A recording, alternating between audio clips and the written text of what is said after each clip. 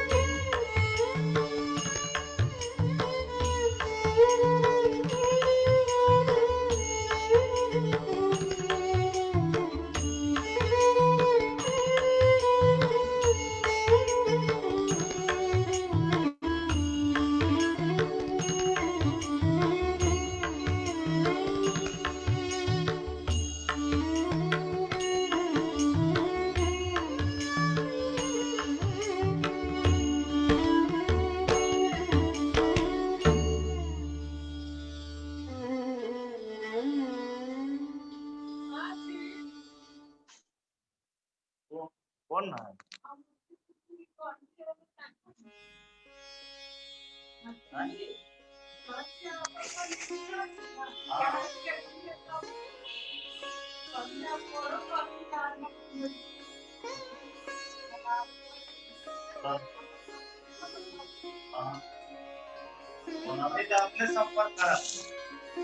बनवते तर अपने संपर्क करा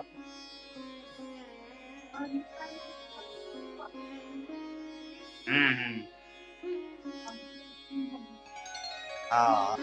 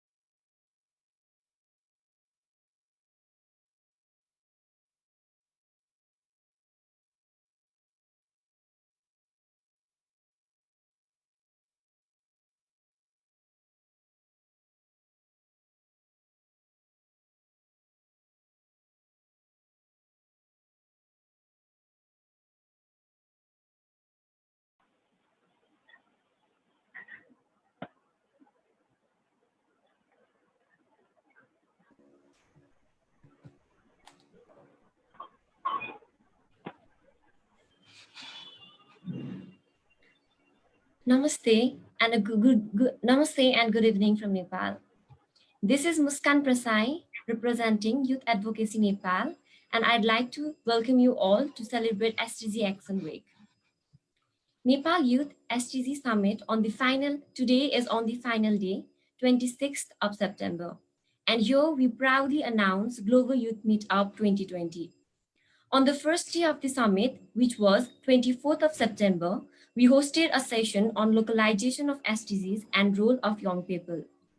On the second day, our speakers spoke on education framework, its essence, challenges, and opportunities. With this information, without doing a delay, I would like to have permission to begin tonight a Global Youth Meetup 2020 with the theme of youth activism towards achieving sustainable development goals, organized by Youth Advocacy Nepal in partnership with Nepal Youth Association Nepal, European Union, Action Aid Nepal, Restless Development, VSO, UN volunteers, and rest others.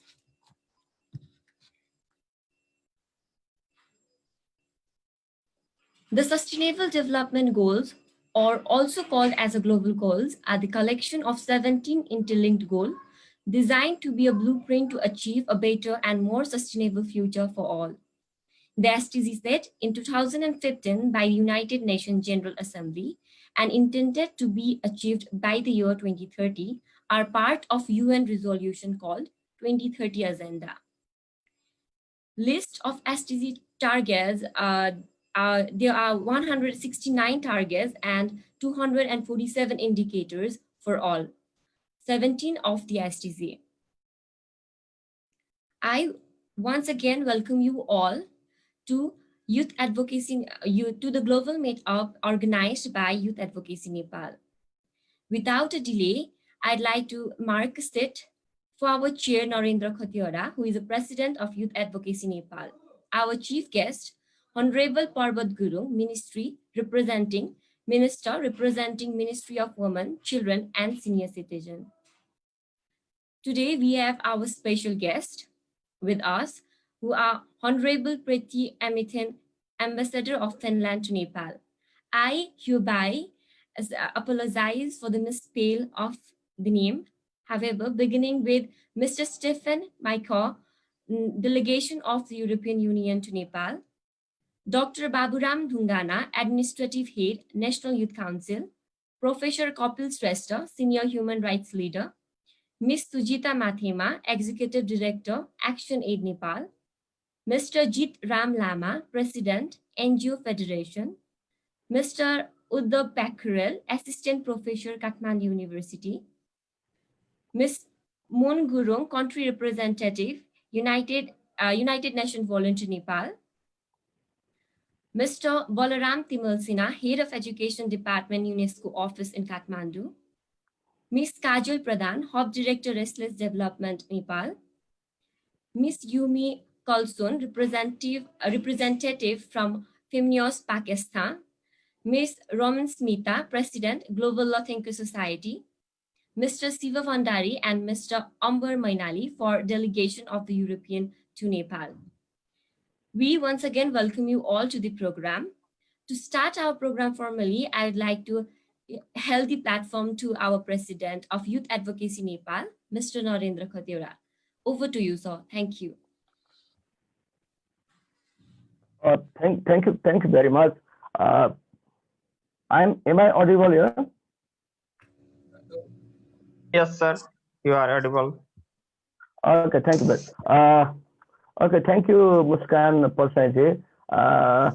Dear respected chief guests of the program, Honorable Parvat Guru, Minister of Women, Children, and Senior Citizens, Honorable P.T. Antinen, His Excellency Ambassador of Finland to Nepal, Stefan Mako, Charger DFS Delegation of the European Union to Nepal, Professor Kapil Shrestha, Sujita Mathema, Executive Director of the Actionaid Nepal, Jitram Lama, President of ENGO Federation, Moon Gurung, Representative of the UNB, Balram Timal Sinha, Head of Education Department, UNESCO, Dr. Uddhav Thakral, Assistant Professor KU, Kajal Pradhan, Hub Director, Restless Development, Nepal, Shiva Bhandari, and Amar Mainali from European Union, Umni Kalso Feminox from Pakistan,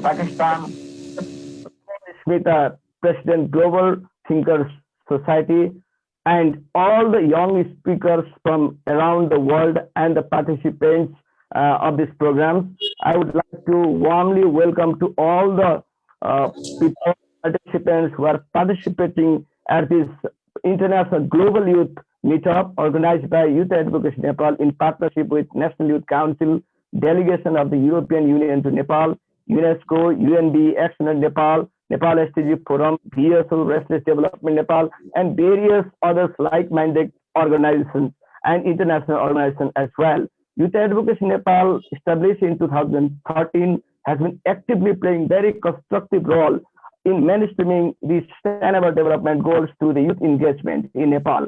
On the occasion of Global Action Week last year, Youth Advocacy in Nepal, in partnership with various government, UN agencies, and others, had organized Nepal Youth SDG Summit 2019. As a continuation, in 2022, we have been organizing 3 days twined Nepal Youth SDG Summit 2020. During the event 124, we organized 2 dialogues. One was related to the education, and second one was related to the localization of sustainable development goals through youth engagement. And we also yesterday launched the voluntary national review prepared by the Youth Advocacy Nepal in partnership with VSO Nepal and other like-minded organizations. As we all know that young people throughout the world have been playing very positive role in mainstreaming, strengthening the sustainable development goals. However, the roles of the young people have not been recognized by the government of countries of the world as expected. Moreover, young people living throughout the world have very limited spaces to share the experiences, good practices, challenges, and solutions to address those challenges. In this condition, the global pandemic facing by the world has created very enormous challenges in the world. In this condition, it was not possible to meet physically and discuss about the various dimensions of sustainable development goals.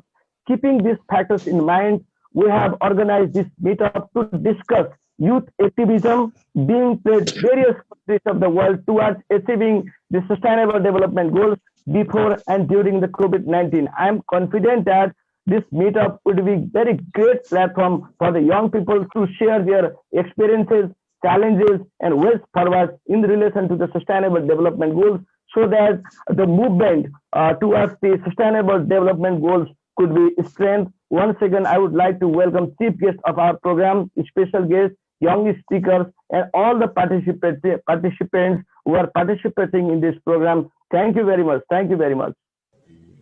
And welcome to all as well. Thank you so much, Narendra sir.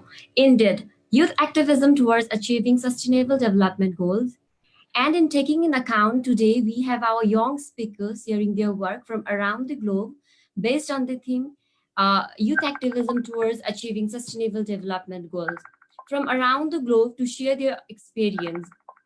Today, we have starting with our very first speaker for today's evening. I'd like to hold the platform to our speaker, Miss Lily from Canada. Over to you, Lily. Thank you.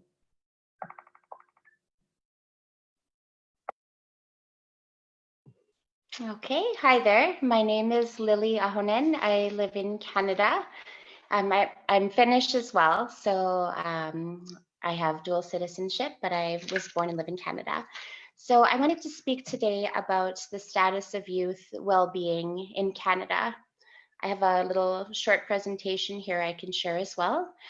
And so I just wanted to also say thank you so much to have me today as a speaker for your global youth meetup. I'm really honored to be here. So thank you very much. And just wanted to say, for me, it's 6 a.m. So I wanted to say good morning to everyone around the world.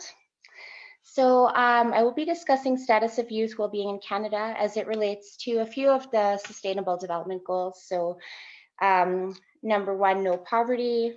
Number 3, good health and well-being. I'll be focusing mainly on youth well-being. A lot of it will be mental well-being, which is a big issue, especially these days in Canada.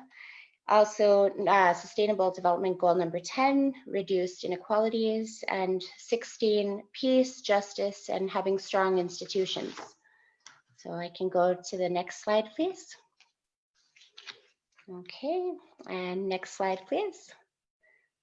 Okay, so recently Canada released UNICEF report card 16. So I was able to watch that discussion online recently in the past week or so. So I wanted to just briefly touch on some issues that are concerning youth in Canada. So Canada did not fare well with the ranking on the report card. So Canada is ranked 35th out of 38 for youth suicide, which was quite alarming to me. Canada had an overall rank of 30 out of 38 in child well-being outcomes.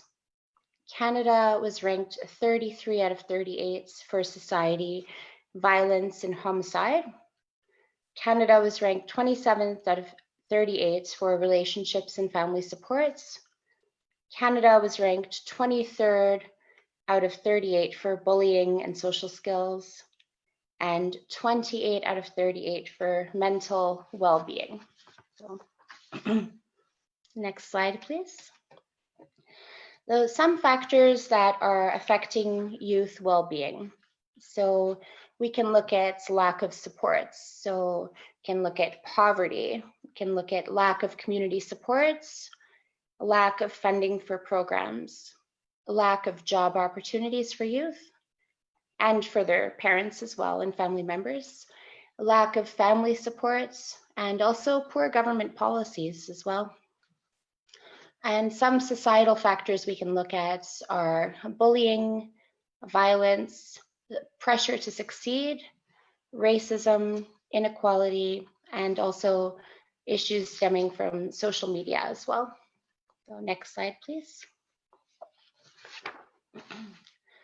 So what will improve childhoods? So there's a few possible solutions that were suggested. So such as investing more in equalizing public policies, such as having income supports, early childcare and education assistance, school nutrition programs, parental leave, maternity leave programs, and for the fathers as well too. Some countries have a parental and maternal leave program, which is fantastic. And also programs for First Nations children here in Canada are critical. And another way to improve childhood outcomes is to involve youth in the discussions. So there's actually been talk in Canada of putting a proposal to lower the voting age and also involving youth in decision-making through youth councils and town hall meetings. There is actually a lot of opportunity in Canada for youth to be involved in that capacity, which is fantastic. And another way to have youth involved is to have a national commissioner or a youth advocate, and also connecting youth with members of parliament so they can share their concerns. That's something that's been happening as well. My daughter's been attending some online workshops where they're connected with members of parliament and they can share their voice and what they're concerned about. So next slide, please. Some other ways as well to improve childhoods would be to stay accountable. So set a baseline for parliaments and legislatures to measure progress for all children. Publishing a children's budget that tracks spending on children and outcomes. And also ensuring youth are given a priority consideration in decisions through a child impact assessments. And finally, getting youth involved. Getting youth involved in the community, I think, is crucial. We can do this by creating volunteer opportunities, creation of leadership programs, creating after school and before school youth clubs and programs, creating resources for families living in poverty, and also having mentorship programs. Okay, next slide, please. So, it is critical for change to happen in order for youth to feel more connected and to have a sense of belonging. I feel the biggest issue currently facing youth in Canada is a lack of supports and lack of community. I believe that new policies and more targeted funding for programs can help the youth of Canada.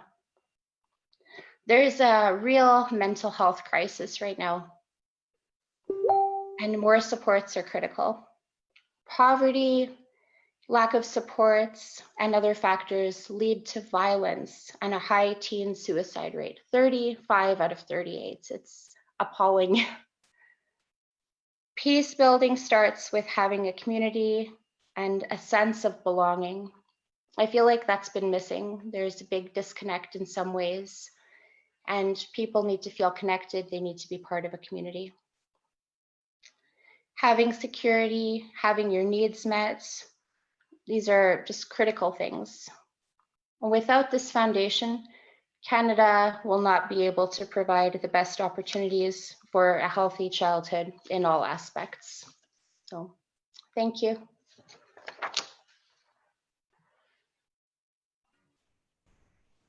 Thank you so much, Miss Lily, for your input. Excuse However, me.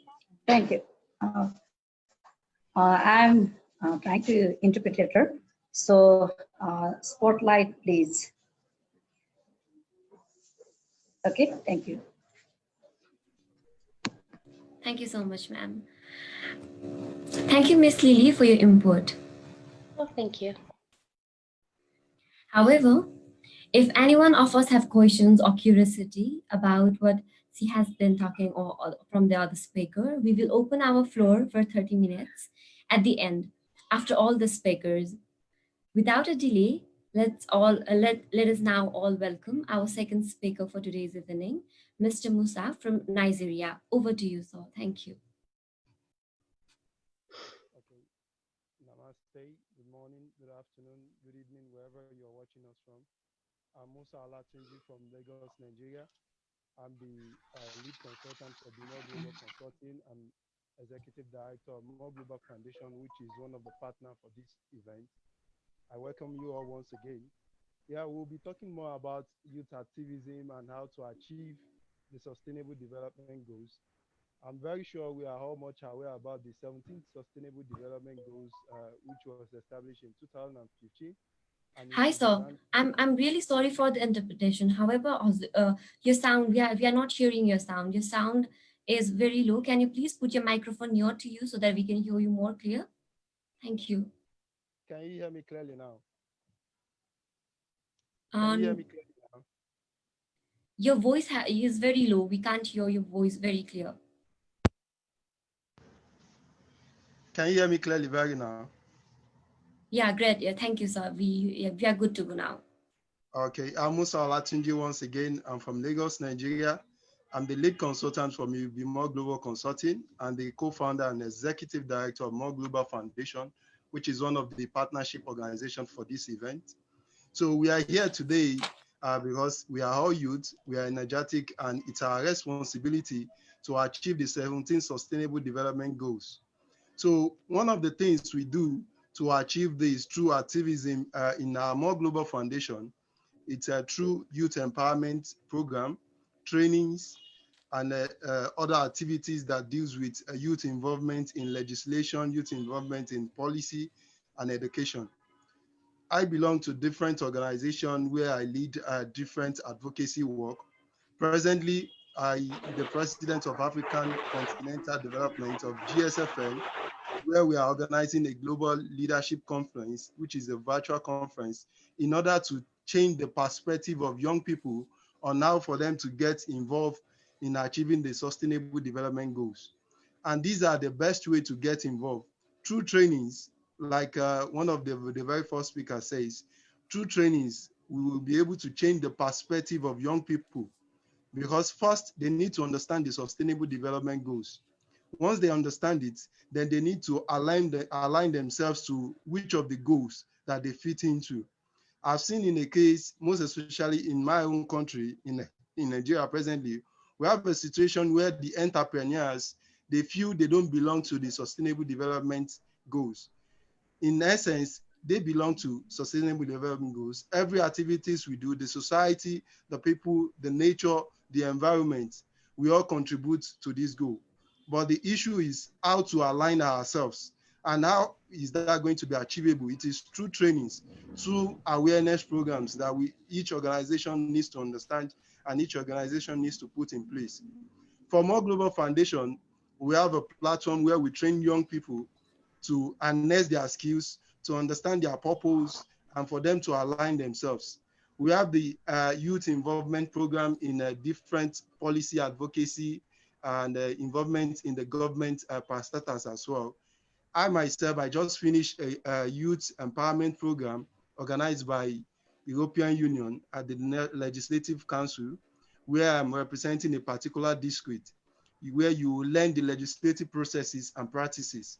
From there, you'll be able to understand your country legislation and processes, and you'll be able to formulate a policy that will involve both the children, the youth, the adults, in order for we to achieve the sustainable development goals. The challenges we have always been facing has always been the issue of funding, And when it comes to this funding, a lot of programs have been left behind, untouched, and some of the programs that we execute have been left in the middle of the way. So this issue of funding has always been an hindrance. And also we have the issue of high rates of poverty, which is the SDG 1. How do we eliminate this poverty? We have noticed that over time, people have been subjected to this poverty, and through politics, they've been using it as an avenue for them to loot funds, for them to do a lot of bad things that has been affecting the nation growth. But so far, so good. We've seen the likes of our foundation, the likes of different foundation, different organizations, where they do a lot of poverty alleviation programs to elevate these people from their poverty levels to at least to help them understand that they are human beings. They need to feel they need not to left behind.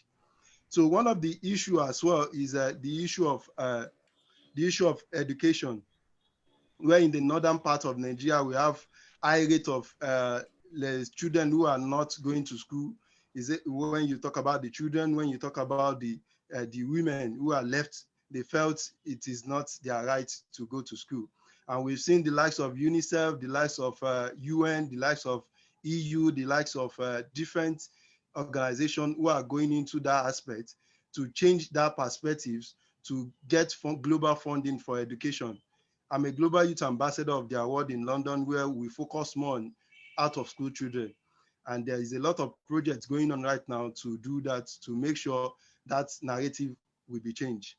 So on this note, I know we have just 5 minutes and we have a lot of speakers. On this note, I'll just be rounding up that this advice for youth.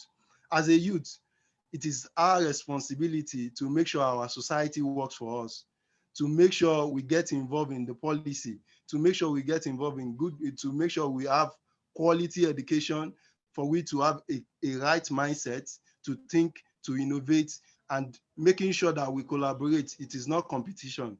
The SDG 17 is there for us to collaborate to make sure the other 16 SDG is working. Thank you. Youth activism towards achieving sustainable development goal is important. Today, in our global youth meetup, young speakers from around the globe are sharing their experience, sharing their work, and the activism they are doing on the theme based on youth activism towards sustainable development goals. Thank you, Mr. Musa, for giving your insight on Sustainable Development Goal number 17, which is Partnership for Goal. Today, putting this in pause, we would like to welcome Mr. Anish Udin from Bangladesh for his presentation. Thank you. Over to you, Anish, sir. Uh, Thank you very much, Skan.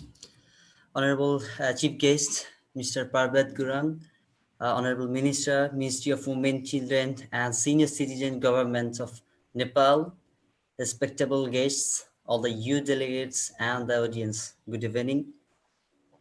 At the beginning of speech, I wish peace to the people of all countries of the world who died in the COVID epidemic. At the same time, I'm praying to God for the recovery of all those who are affected now. As you know, in today's world, the marginal thinking of global development and building a sustainable society is becoming prevalent among the youth.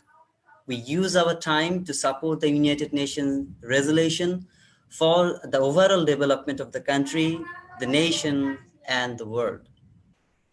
Dear young delegates, Bangladesh has rapidly maintained its position in a global action plan, and Bangladesh has been able to successfully complete the Millennium Development Goals. Since achieving the Millennium Development Goal, we have made significant progress in economic development and many other sectors. And for that, I thank the Honorable Prime Minister of Bangladesh, Her Excellency Sheikh Hasina, the daughter of our father of nations, Bangabandhu Sheikh Mujibur Rahman. At the present, the youth of Bangladesh are advancing a lot through their work. The number of school-going children in our country alone is more than the total population of 34 countries in this world. Our government is giving them proper facilities to develop their skills so that they can make our resource not as burden. They have achieved unimaginable success in enhancing their work, skills, global communication, leadership, and also achieved many international awards. But one question that makes us wonder, can our participation will play a role in sustainable development goal? I think Bangladeshi youth have started contributing to sustainable development goals. In my observation, a lot of work is being done in gender equality, peace and strong institution, zero hunger, sustainable society, education, and the United Nations Sustainable Development Goals 17, the global partnership. They are spending their time with doing goods, deeds, and expressing social responsibility. As a result, the amount of drug, extremism, or any other activities is the rate of this is now decreasing. Not only that, they are getting freedom of expression, like their rights, and develop their development of the nations. As a result, peace and order in the society is improving, and the society is getting future leaders. I'm also giving equal opportunities to the youth leaders with a view of sustainable society and peace building. I have established the youth parliament to make them interested in democracy and to make them aware of their responsibilities and duties as a citizens. The youth participate in the symbolical session of youth parliament in the seats of speaker, member of parliament, honorable prime minister, leader of opposition, and any other positions, government positions, so that they can highlight the problems and the possibilities of the country. And we are also conducting each campus-based activities campaign to strengthen the institution that support Sustainable Development Goal 16. And Bangladesh is now working to create 21 lakh scouts by 2021, and the special program called Scout for SDGs is now running. Our threat to building a sustainable society is to prevent environmental problems, so that our youth are planting trees to make our country green, and also doing conservation and extensive work. The amount of food wasted daily around the world is the GDP of Switzerland. Youth are working hard on food security, and they are organizing various events to make the grassroots awareness. In order to ensure the rights of consumer in our country, the Consumer Rights Act is being enacted in 2009. Youths are raising awareness by directly promoting the law, while on the other hand they are arguing the administration to stop illegal activities. At present, the condition of the youth of Bangladesh is in a very good position, and the youth are directly contributing to the Sustainable Development Goal as a human capital, human resource, not burden of our country.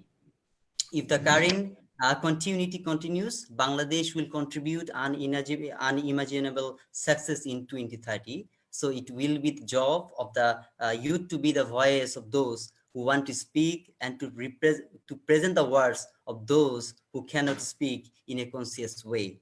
For that, Bangladeshi youth are following a theme that is learn today, lead tomorrow. I wish everyone good health and longevity. Thank you, everyone, and the authority to invite me in this wonderful youth meetup session. Thank you very much. Thank you so much, Sarkir Tanvir, and thank you for sharing your country activism towards achieving sustainable development goals. I have a short notice. For the one in need of sign language interpretation, I'd like to request you to focus on the video of Miss Krishna Pyari Nakomi. With this note, I'd like to once again welcome our chief guest, our Honorable Parbat Gurung, Minister representing Ministry of Women, Children and Senior Citizen. With this note, we would like to hear from Ms. Taylor Booth from USA. Over to you, ma'am. Thank you. Hello all, thank you so much. I first want to acknowledge you all for being here and being the type of people to be interested in the Sustainable Development Goals and be taking action and gathering together as a global community. So my name is Taylor Booth. I am an artist and an advocate, and these goals are not all siloed out and separate. I focus on 4, 5, and 8, which is female empowerment, quality education, and job opportunities. I'm super interested in youth activism. I work with urban youth in the United States. I am both from the Northeast and currently live in Southern California on the opposite coast. I see challenges, especially with this global pandemic, that are also currently impacted in the United States through our political climate. We are in an election year, and also environmental climate issues. So I'm going to quickly share a quick map of our current scenario with wildfires. And let me know. I hope you can see my screen. This is a map of the United States currently. And over here on the West Coast, I'm located about here. We have wildfires covering most of the West Coast. And this is actually displacing people from their communities, impacting what's possible for them to act locally in their communities.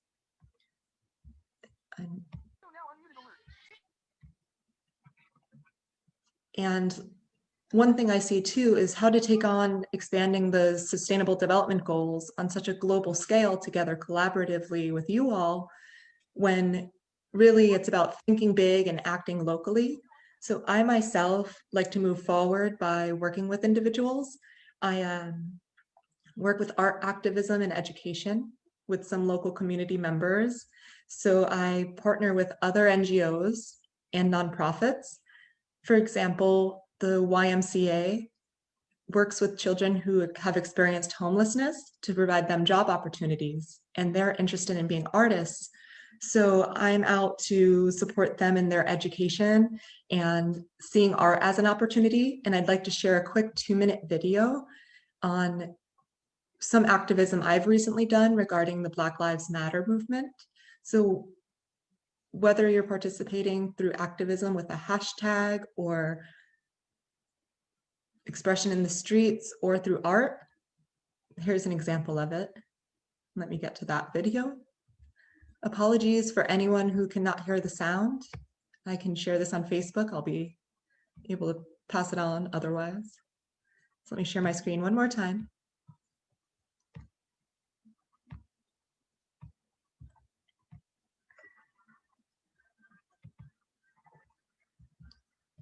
Expand. Oops, sorry.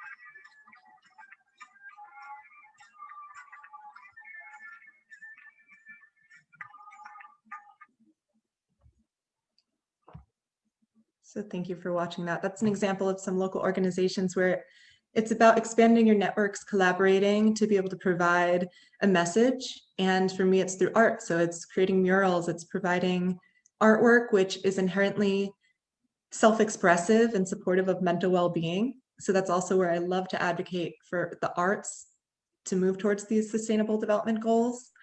I love for people to think big and act locally. That's just my offering to you all. So I work with a couple of children also that are 11 and 12 years old. And I now see where I even need to share what the sustainable development goals are with them as they're doing their online learning these days. And I would like to just close my sharing with a quote from the late Supreme Court Justice Ruth Bader Ginsburg. And she stated, "Whatever you choose to do, leave tracks. And that means you don't do it just for yourself, because in the end, it's not going to be fully satisfying. I think you will want to leave the world a little better for your having lived." And there's no satisfaction that a person can gain just from what people call turning over a buck or a dollar or a rupee. That's equal to the satisfaction you can get from knowing that you have made another's life, your community, a little better for your efforts. So thank you all, and I will share my contact information in the chat. I look forward to seeing you all on the global community. Thank you so much, Ms. Cello, for sharing your experience. And I believe art activism of you and your team has made a justice on achieving Sustainable Development Goal by 2030. I again would like to pass a notice for those who have curiosity to ask question or any curiosity that they have.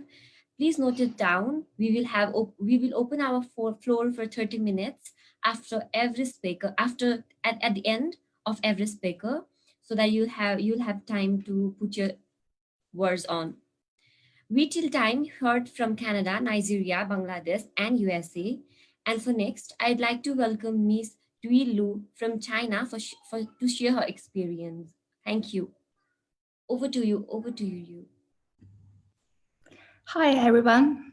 I would like to share my screen. Can you hear me? Yeah, we do.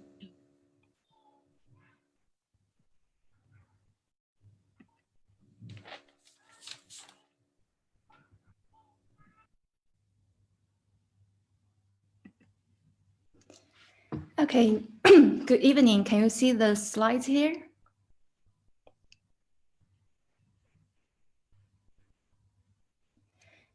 Okay, so I'm Ray from China, Beijing, and now I'm working as a national UN volunteer in Beijing and serving for a big voluntary organization called Beijing Volunteer Service Federation. So very glad today to hear from you and to share my stories, present my experience with all of you. So I will start with a very brief introduction about the youth efforts that we have been done to engage the youth for SDGs. So I believe that all of us have all agreed that youth and SDGs are mutually beneficial to each other. So the SDGs main target and beneficiaries are youth. And on the other hand, youth can provide the huge human resources and the innovative solutions and inspiring ideas to the SDGs. So, and the youth will become mature in about 10 or 15 years. So their influential will be even much bigger. So for our activities, we engage youth as the main recipient of SDG knowledge. So we have held lots of seminars, trainings, and also summer schools in terms of the SDG and the action plan of it, and also to advocate the international volunteering for SDG and the SDG localization measures. And besides this, after they got the basic knowledge of SDG, we encourage the youth to go abroad and to contribute to SDG by their own actions. So the youth can be the agent of positive change. Like we have selected and recruited youth volunteer to work in Myanmar and for the community resilience and disaster risk reduction projects. And we also select volunteers to work in Thailand to advocate and research on SDG. And in Kenya, our volunteers have been doing lots of efforts during the epidemic of COVID-19, and they help the local people build the hand washing stations and teach them about the basic knowledge of the epidemic prevention, control, and response. So this is all our efforts we have done internationally and domestically. To name a few, the youth volunteer has been a very important implementers and to provide the caring for the vulnerable people, like for the children of migrant workers and the disabled and also the old. They also provide voluntary teaching to the children in some less developed parts of China, like in the eastern parts, rural areas. So when I was reflecting on the SDGs and also the youth participation in SDG, I always ask myself, what is the most important elements for the successful and meaningful youth participation, and what can we do to change this situation and to deal with the challenges undermining the youth participations. So I think we all have agreed on these two elements. First is the awareness and then the capabilities. But now in many regions, the awareness levels of the youth and the SDG remains fairly low. So it is very essential to let the young people understand and buy into the 2030 agenda. But some of them don't know SDG, and some of them, even they are doing something related to SDG, but they are not aware of it. And so we also noticed that there is a big difference of the youth capability. So more volunteers or more youth volunteers from the less developed parts of China are not engaged in this process. So we hope that we can engage more disadvantaged youth and let them to contribute to this project and not just to make it become an elitist project. And then after the youth are prepared in terms of their awareness and capability, we would like to provide more channels for youth to speak out their ideas and to create and empower the youth leaders, especially in the field that youth are good at, like the new technologies and the communications. So the widespread use of the new media and communication technologies have provided youth with a space for new forms of civic and also political participation and increased opportunities in advocacy. But like their voice still lack influence. So young people are often invited to share their stories in the early stage of the initiatives, but their ideas, we are still wondering whether their ideas are being put into real practice and are really being respected. So we hope that the youth participation can not only be like a token of the projects, but they can be implemented with the youth, not just on behalf of the youth. And then there is still a lacking of funding. There is still a lacking of funding for the youth-specific projects, and also the funding for to engage youth in other projects. And also, China have launched the National Strategic Framework and Action for SDGs. Yet, some meaningful youth participation methods are not being taken into considerations. So some activities are self-organized or organized by the different organizations without the official government support. And during these strategic frameworks, college students are most centered and mobilized. However, the college students cannot represent all youth. So if we have all these factors, then I believe a youth-friendly environment will be easier for our achievements. And then, as I have just mentioned, we have some ways forward and suggestions. Yeah, so we can think about the possibility of including the SDG levels in the teaching and learning process, and to include the SDG in the formal education and advocacy in schools. And besides this, the youth ideas and voices should be respected with due attention, so they can have a better sense of responsibility towards the society and towards the SDG. And then maybe we can fund and launch more youth-led projects. And all this during the whole process of the project implementations, the youth should be fully included, like from the consultation, the planning, the implementation, the summarization, the feedback process.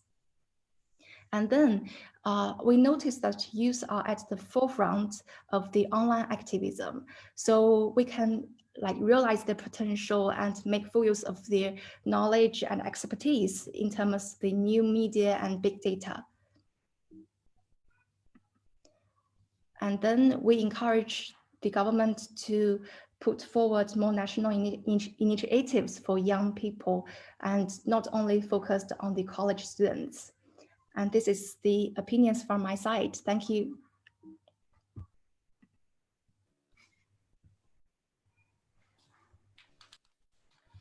Thank you, Ree, for sharing the significant implication of youth activism and the journey of your country, China. I already see a very good compliments in the chat box, and indeed, I believe everyone have loved your presentation.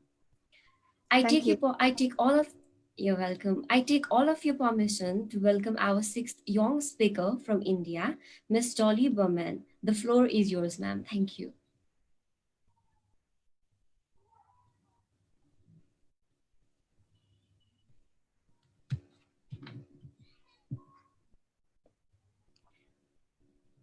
While our speaker is joining the platform, I'd like to Hello. again say, yeah, thank you so Hello, much, good, ma'am. Over to you. Thank you. Yeah. hello, good evening all. First of all, thank you, Naren sir, who organized this session and giving me this opportunity. So, my name is Dolly and I'm from India. I'm the educator, and besides this, I'm working with the social sectors from last 11 years. I'm also the co-founder of NGO named Pahal Ignition, which is the non-government organization.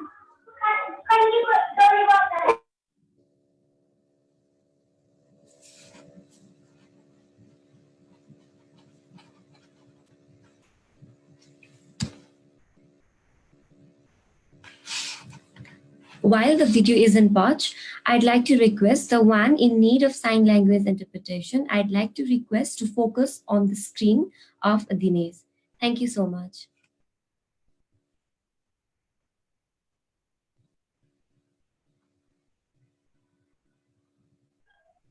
Sorry. Okay. So again, we started. My name is Dolly, and I'm working as an educator. I'm working as an educator with the Pahalik Mesos, which is my organization. There we have the more than 400 kids. We working. Sorry for disturbance.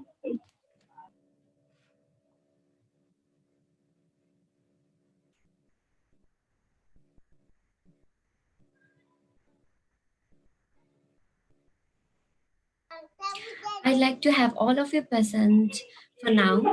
Dolly The ma'am is with us now. Thank you. sorry for sorry for interpretation. Hello, good evening all. My name is Dolly and I am from India. I am a co-founder of a Pahalik Nayi Source, which is the non-government organization located in Jamui in the state of Bihar. We have more than 200 kids. All of them are belong to the different tribal communities. Our mission is to keep every child in a school and give them a better lifestyle. That's all about me and my organization. Now let's focus on today's meeting of agenda. India, along with other countries, signed to the Declaration on 2030 Agenda for Sustainable Development Goals in 2015 September. There are 17 goals. In my opinion, youth can play their role actively only in this: quality education, which is goal number 4; gender equality, goal number 5; clean and water sanitation, goal number 6; affordable and clean energy, goal number 7; sustainable cities and community, goal number 11; climate action, goal number 13; life in below water, goal number 14; and life in land, goal number 15. Apart from these goals, we need financial inclusion in SDG. Like we have the one goal numbers 16, 3, 8, 9, 12, 16, and 17. All these goals need the financial inclusion.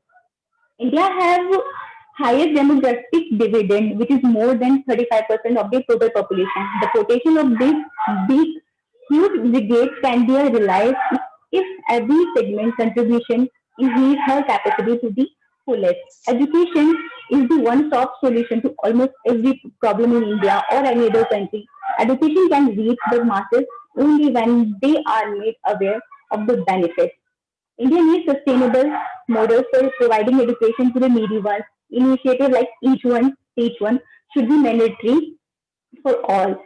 Technology in startup, we need startup that improve sanitation in slum and rural area. We must on innovative products like thermo electric stove, clean energy, or economical cooking.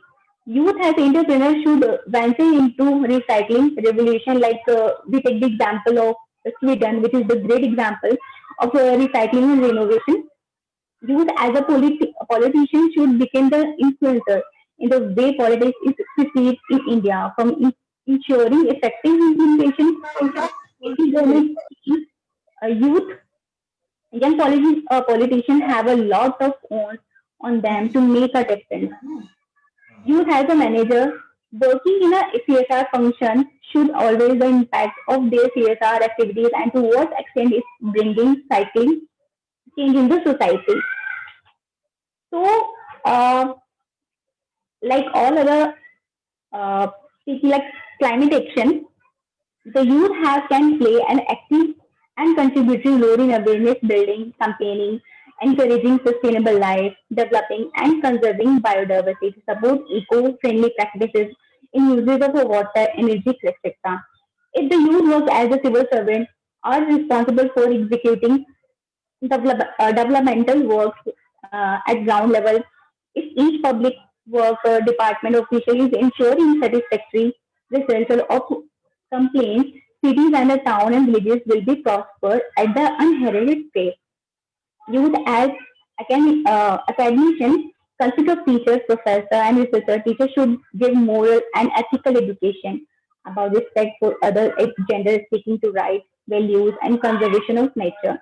Finally, youth as a responsible citizen are at core of the every role that need to be played like engineer, doctors, nurses, etc.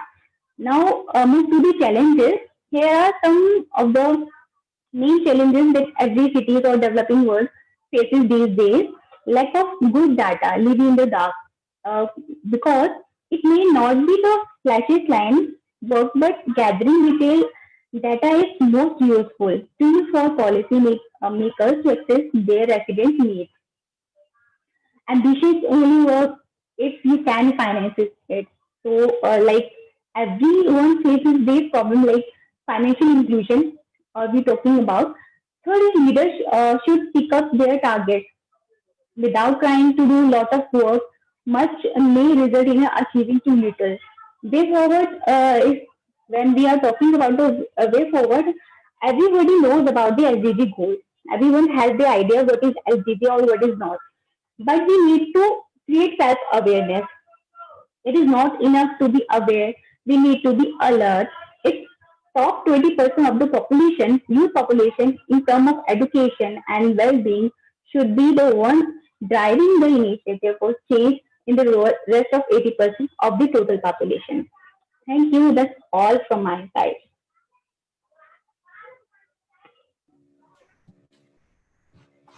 Thank you, Dolly ma'am, for your insight and points that of contribution youth can make to achieve sustainable development goals by 2030.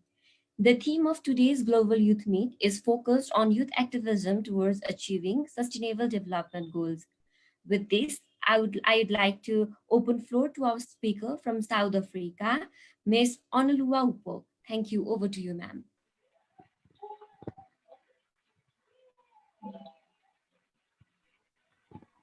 Greetings of the day to everyone here present. I'm Dr. Durokifa Anoluwapo, and I'll be talking about the South African perspective regarding SDGs. As we know that we have just 10 years to go for the SDGs to be over, just as it was for MDGs. According to a report by Brookings in February 2020, it says that 18 out of 44 countries in the sub-Saharan Africa would reach their goal. That was a prediction by them, would be reaching their goal by 2030. Coincidentally, South Africa is also amongst those predicted Ah, to not just halfway fuck it, their stupid targets. boys. Go pack a bag of sana. Eh, Um, you can like so put for sana. this presentation, I'll look at it from the South African perspective, then I would narrow it down to the youth activism in South Africa and how far we've gone.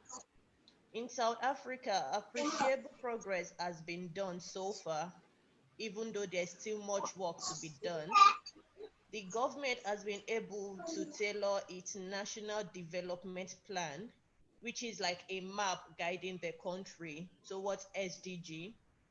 The National Development Plan is closely aligned to SDG Goal 1, SDG Goal 2, 3, 4, 5, 6, 8, 9, 10, 11, 13, 15, 16, and 17. And to all this, the government has been doing all it can to ensure the achievement of the targets concerning the goals by also following their indicators. For instance, the government has been trying to improve the living conditions of millions of South Africans. According to statistics, over 9 million children attend schools without paying, and that is to achieve the goal of Sustainable Development Goal 4, which is the one that talks about quality education. Also, the government has also been trying to invest in science and technology as well as innovation. In terms of inclusion, gender equality, the government has been trying their best, but there's still more work to be done. Now, in all this, the question of what the youth brings to the table in South Africa comes to play. As we all know, we know that the youth dominate a larger faction in every country. In terms of South Africa, however, our youth activism towards SDG, if I must say, is still a bit low. I, as a person, am a member of Junior Chamber International. I am a member of Peace Gong and also International Youth Society. And in terms of these three societies I belong to, we've been trying to create awareness regarding SDG. Also, as a lecturer, I also know that my encounter and interaction with students has made me know that not much awareness has really been done regarding SDGs. Because you would discover that there was a time I was doing a study regarding the achievement of SDG, and I was to go to the field and I was speaking to a respondent about SDG.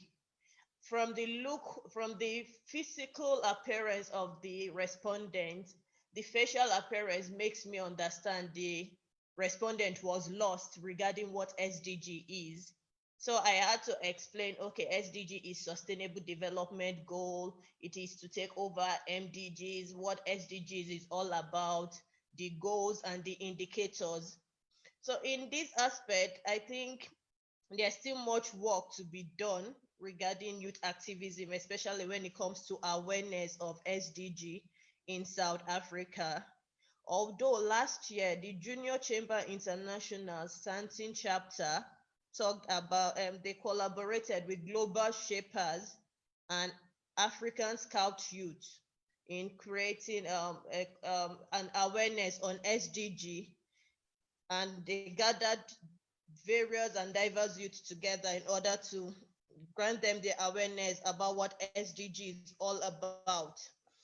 So in that, I think the challenges so far that I could say about SDG in South Africa, we still have persistent high level of inequalities, which is against the SDG 10.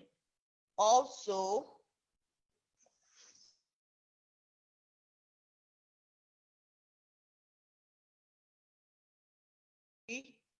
SDG 8 and SDG 16.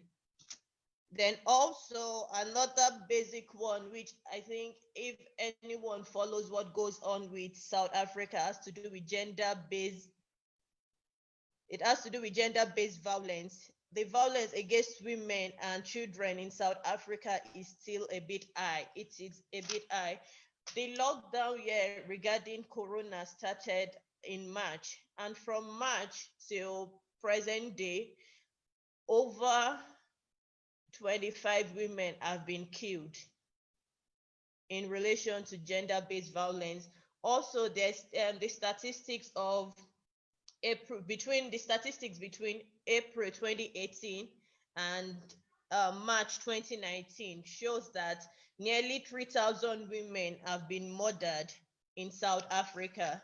This is definitely against SDG goal, which talks about gender equality, because of things like this. In closing, I would just say, as youth and also as a youth in South Africa, we all have a role to play in achieving the SDGs, because as youth, we are innovators, we are critical thinkers, we are change makers, as well as leaders. But also, this would not be our innovations, and our thinkings would be baseless if we are not getting support from our government. So also, it is high time we start questioning our government and trying to do all we can for them to be able to collaborate with us in establishing a clear pathway. Like Ban Ki-moon said, which is the former UN general, he says no one knows better than the youth issues at stake or the best way to respond. So I would say it's high time for us as youth to speak out, and I'm hoping and urging our leaders would listen. Thank you.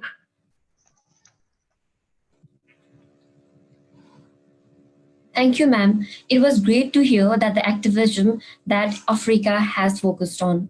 Thank you all for being with us today. And in case of any query, I request you to write it down and share when the floor will be open for discussion. Now, let's take our time to welcome Miss Human from Brazil. Over to you, ma'am. Thank you.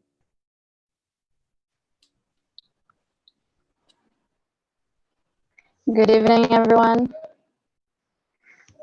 Can you hear me? I guess so.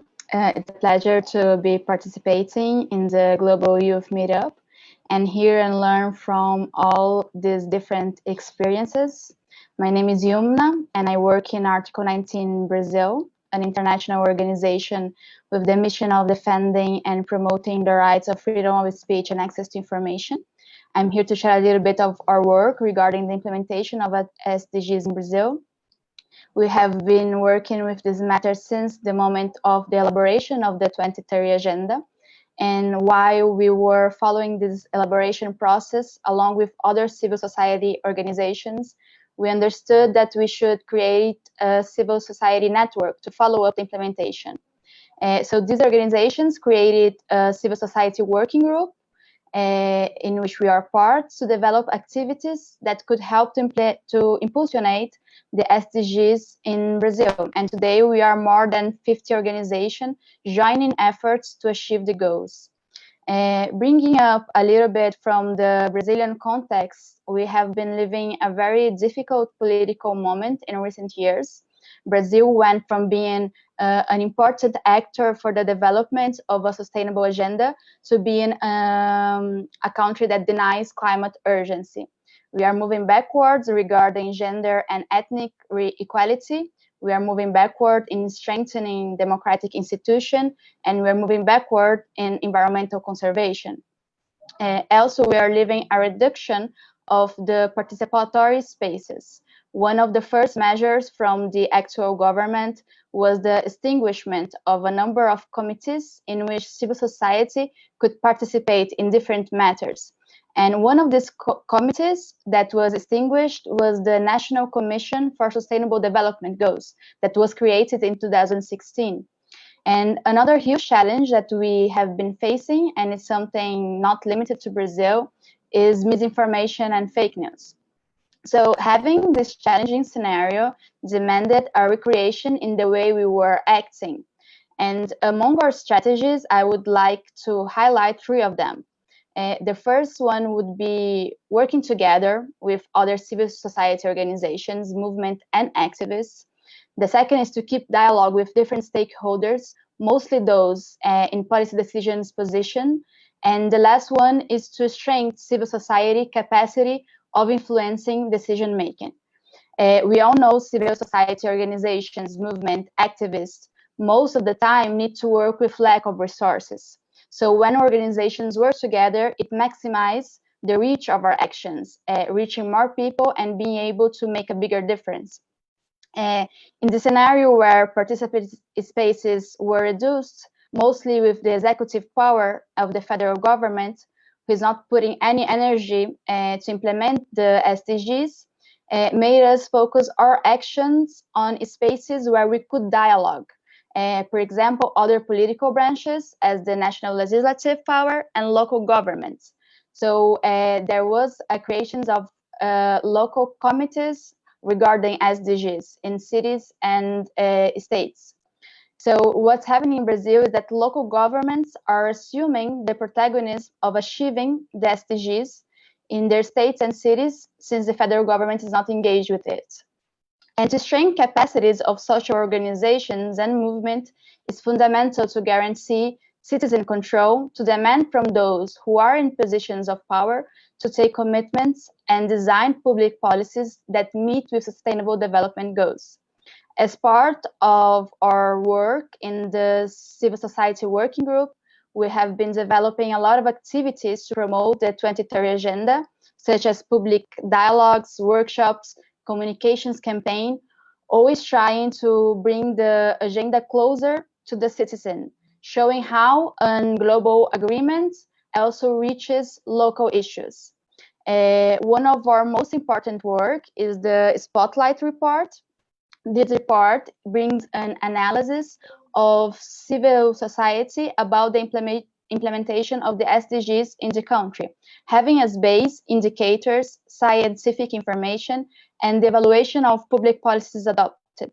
We just launched the fourth edition, in which more than 100 researchers of different areas participated, covering all targets of each one of the 17 SDGs. And this report is available in English. I'm going to share in the chat with you, so you can take a look in the methodology, and in case you are interested to implement something similar in your country. Thank you, and I will be available to respond to any question.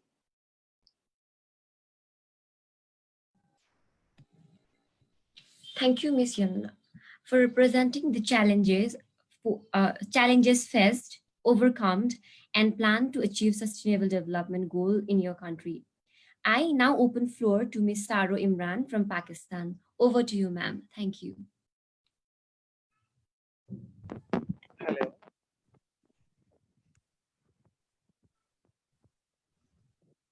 Hello.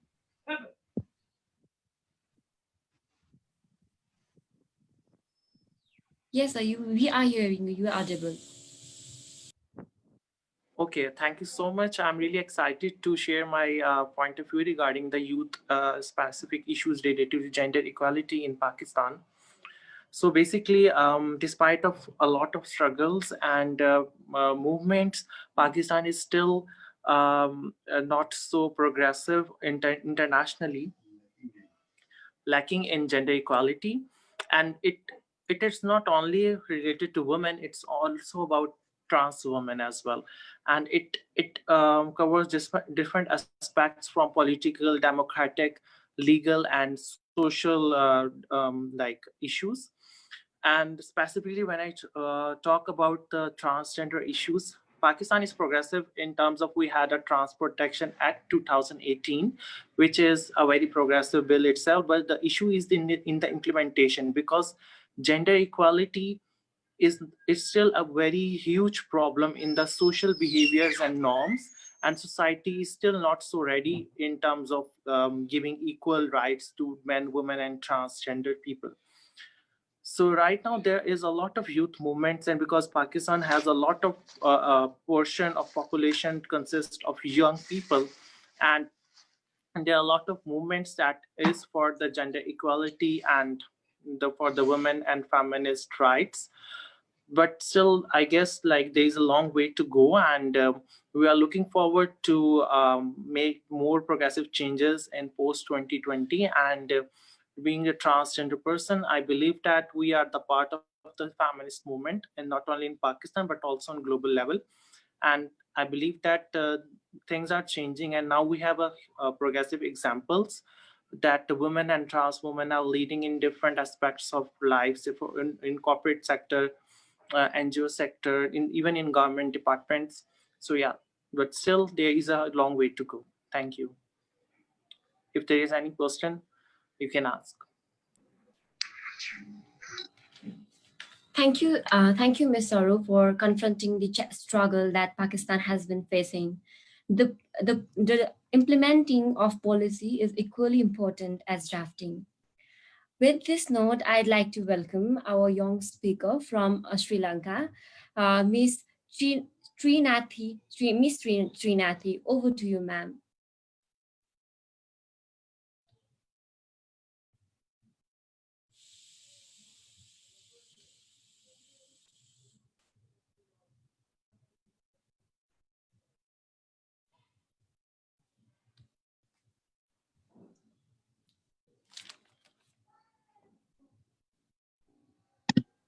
Hello?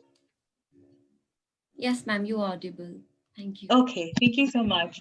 I just wanted to check, am I required to actually share the presentation or will the organizers be sharing it?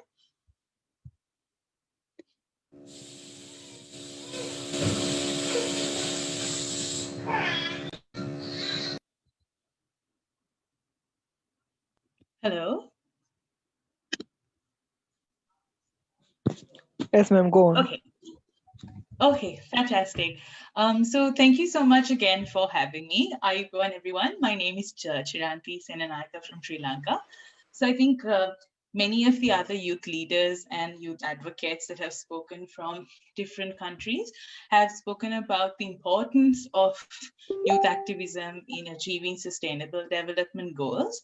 I would more or less actually be focusing on a particular approach that the youth advocates and the change makers are trying to, sort of mainstream in Sri Lanka to actually achieve inclusive and sustainable youth development.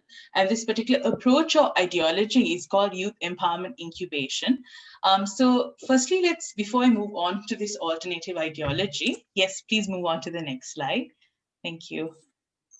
So before we go on to the specifics of youth empowerment incubation, I would like to talk a bit about what really are the present approaches to youth development globally. So according to our observations in Sri Lanka, youth development actually takes place through two main avenues. So firstly, we have the bottom level youth development. So that's essentially where there is community level mobilization and you empower the youth at the community and grassroots level. And our observations and the research that we've done shows us that majority of the non-state stakeholders or non-governmental stakeholders like voluntary social service organizations or non-governmental organizations or civil society organizations actually mainly operate at the bottom level youth development. I think someone's mic is actually on in the background. Okay, so what we see is a lot of the non-state stakeholders actually operate in terms of bottom level youth development. And then you have the other form or the other avenue, which is top level youth development. And this pertains to top level processes of youth development like youth policy formulation and youth infrastructure development. And what we can notice is that top-level youth development processes are conventionally considered to be the responsibility of the government or the public administration.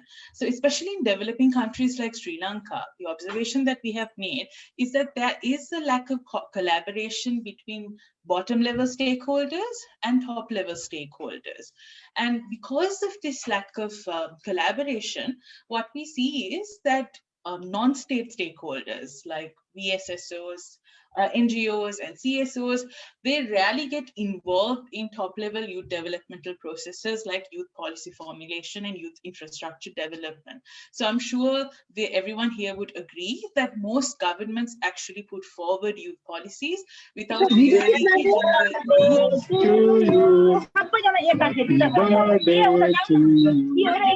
Happy birthday. I think there is interference in the background. Okay, so yes, so there is actually because of this, because most of the top level processes actually take place as without the involvement of youth actors and non-governmental stakeholders of the youth developmental system. So if you move on to the next slide, I will actually speak about why this approach or this division or this lack of collaboration is unsustainable. Can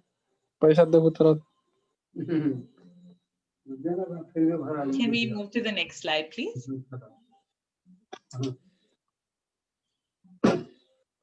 Just go a bit in front. One more in the front. Just go to the third slide, please. Third slide.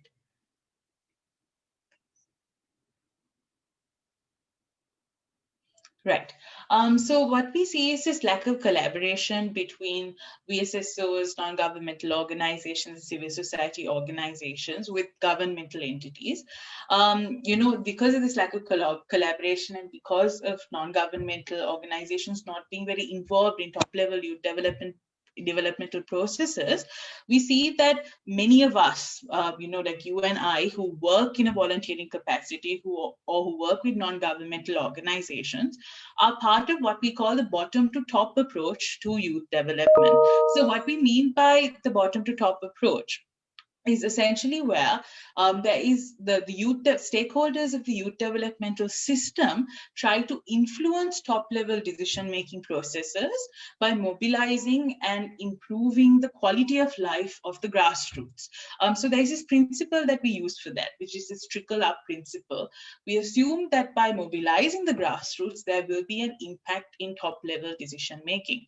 But what we have noticed, especially in Sri Lanka, is that this bottom-to-top approach is not sustainable for several reasons. And there are three notable reasons that I would like to share with you. The first reason being that the fact that bottom level empowerment is mainly like materialistic development. For example, if there is a student that is unable to continue her primary or secondary education, we would give that child books or we would give that child amenities. All of that is important, but at the same time, it is more or less like a qualitative improvement of life.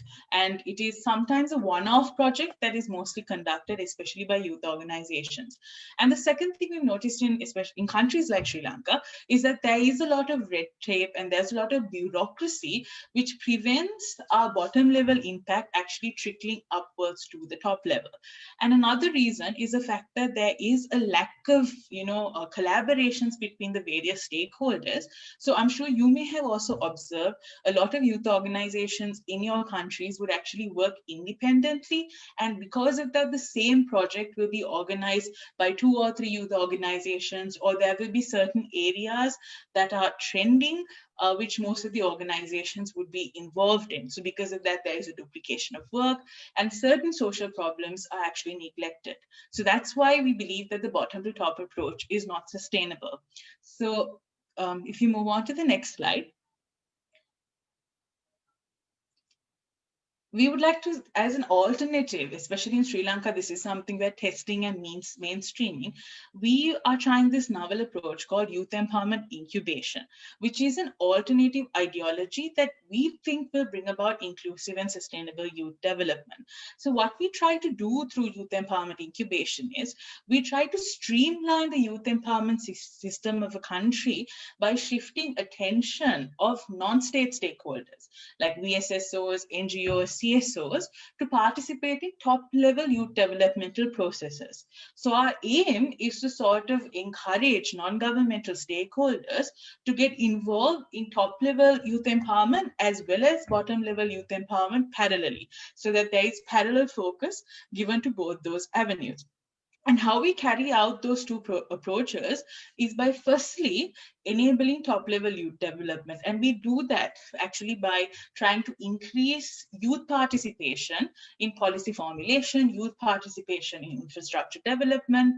And the second approach we use is what we call acting as a nexus, which helps create inter-stakeholder links in the youth infrastructure of the country itself.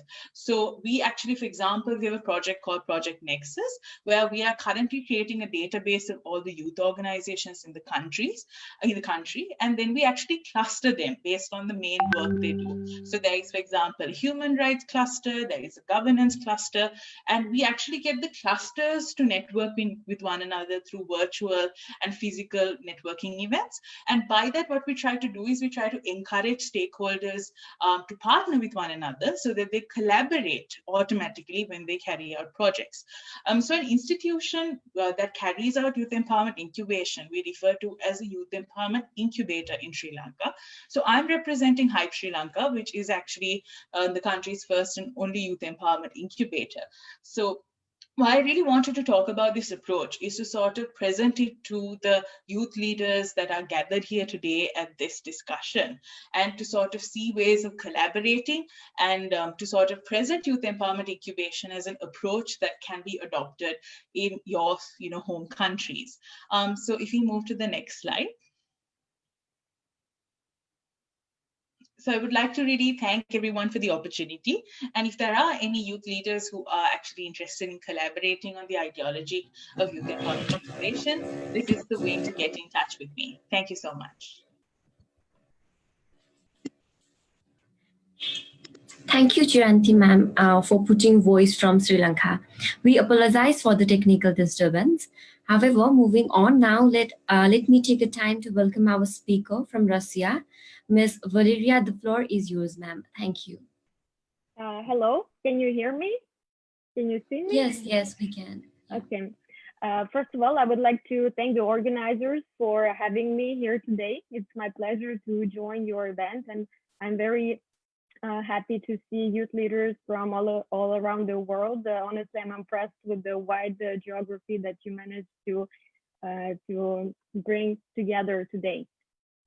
And now I will focus on my presentation. First of all, I would like to present myself. I'm Valeria Dubravina. I'm head of International Department of the National Youth Council of Russia, and I'm a coordinator of the SDG Youth Ambassadors in Russia program.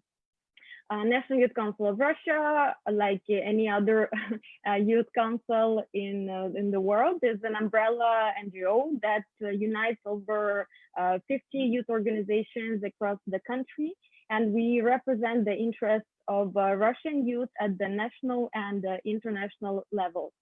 One of our key priorities is developing international youth cooperation throughout the globe, and we engage with various regional and national, international platforms, and we have partner organizations on different continents.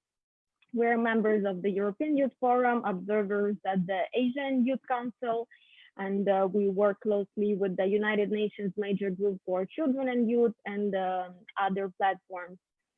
We also work closely with the Council of Europe, with the United Nations entities, and we're in consultative status with ECOSOC, which allows us to participate actively in various UN-related events. And of course, given the nature of our work, it is impossible not to work with the SDGs. I would like to highlight the fact that in general, if we look at the awareness of Russian youth regarding SDGs, I would say that it's quite low, even though some youth organizations, including us, are working actively to raise awareness, to engage young people in SDGs implementation. In general, if you ask, and Russia is a huge country, so probably in Moscow or in some big cities, people who are more or less involved in international activities, they would know what SDGs are. But in some remote areas or rural areas, of course, people would be surprised to hear those three letters, SDGs or TUR, how we say in Russia. And on many events, we face these situations, and we have to explain everything from the very beginning, what SDGs are, and then many people finally understand that basically SDGs is relevant to anyone. It has to do with clean water, fresh air, and having food, having a good salary and a stable job, and so on. These things that are relevant to absolutely any citizen in the globe. So to promote SDGs, we conduct a very interesting program that we launched in 2017. And the aim was to mobilize Russian youth and engage them in 2030 agenda implementation. And the program is called the SDG Youth Ambassadors in Russia, like I mentioned. And maybe some of you know United Nations Young Leaders for SDGs initiative that is conducted by Jayat Mavic Ramanayaki these days, by the Office of the Secretary General's Envoy on Youth. And the only difference between their program and our program is that they select 17 young leaders with background in SDGs on international level. So they come from different countries. And we select 17 Russian young people for 1-year mandate to promote SDGs and to contribute in different ways, including research in SDG implementation. And if you allow me, I would show a small presentation for you to get a better understanding of what the program is like.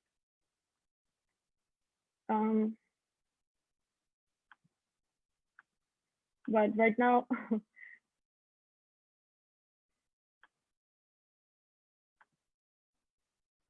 okay, can you see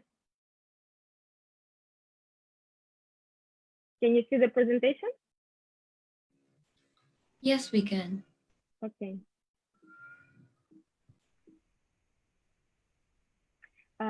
So as you can see, the program was launched in 2017 to mobilize the young generation of Russia whose activities can contribute to the effective implementation of the 2030 agenda in the context of Russian national strategy for achieving the SDGs. The goals of the program are to promote the SDGs among Russian youth, to inform them about the mechanism for achieving sustainable development targets at the local and national level through the educational activities and public initiatives of the 17 SDG youth ambassadors in Russia, to create a pool of active youth leaders whose knowledge and activities can contribute to carrying out the Russian national strategy for implementing the SDGs, and to ensure the coherence of civil society initiatives in the field of sustainable development with the Russian national strategy for implementing the SDGs.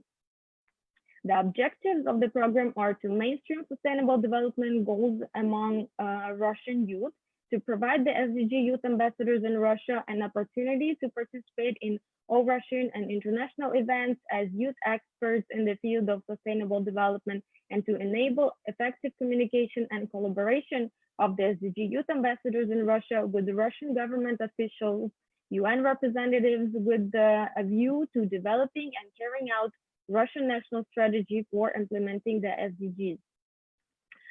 SDG Youth Ambassadors Program has been running since 2017, but so far we've had 3 classes of SDG Youth Ambassadors. As you can see some pictures of what they were doing in 2018, 2019. In 2019, you can see in the picture in the left, I guess for you it's also on the left. It's a picture with Maimouna Mokhtarif, and she is Under Secretary General of the United Nations and Executive Director of UN Habitat.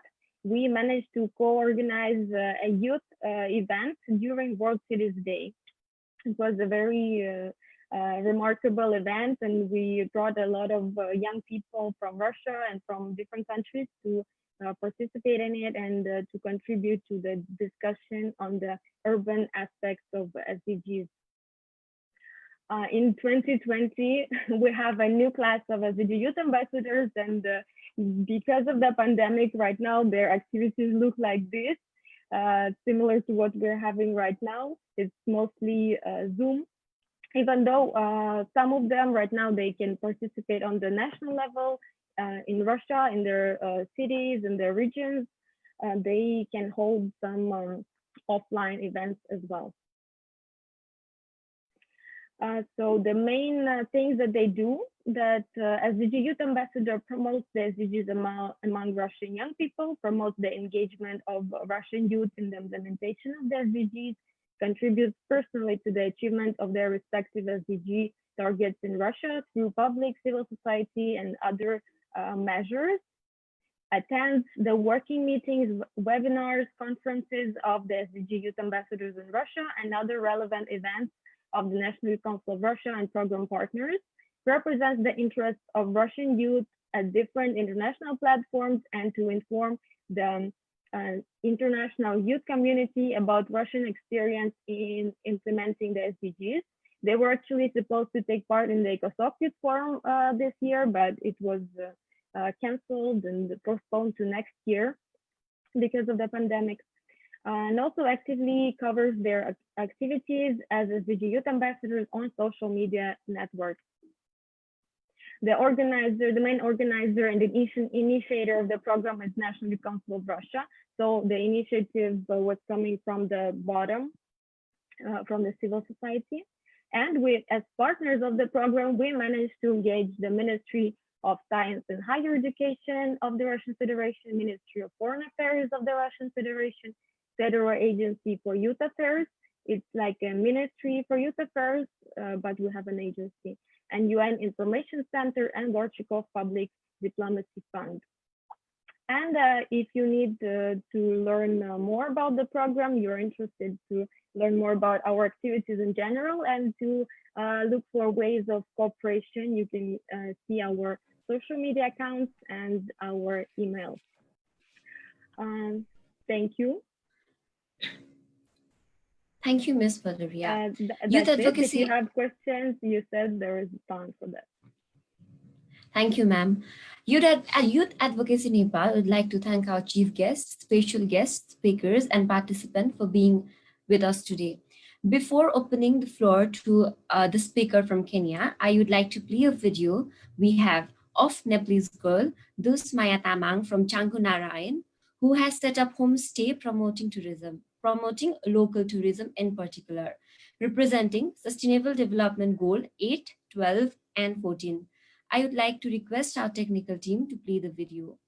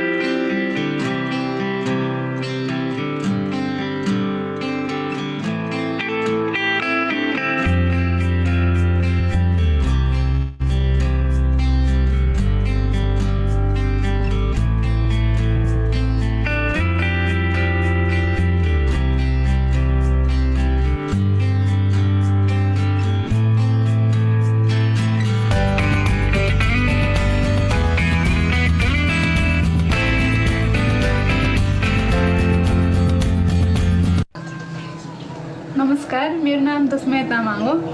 म चाहिँ अहिले 24 वर्ष भयो। मेरो परिवारमा चाहिँ 4 जना सदस्य छन् र घर परिवार चलाउनलाई चाहिँ अलिकति आर्थिक स्रोत नभएको कारणले मैले चाहिँ होमस्टे सञ्चालन गरेर अलिअलि गरेर घर व्यवहार चलाइरहेको छु।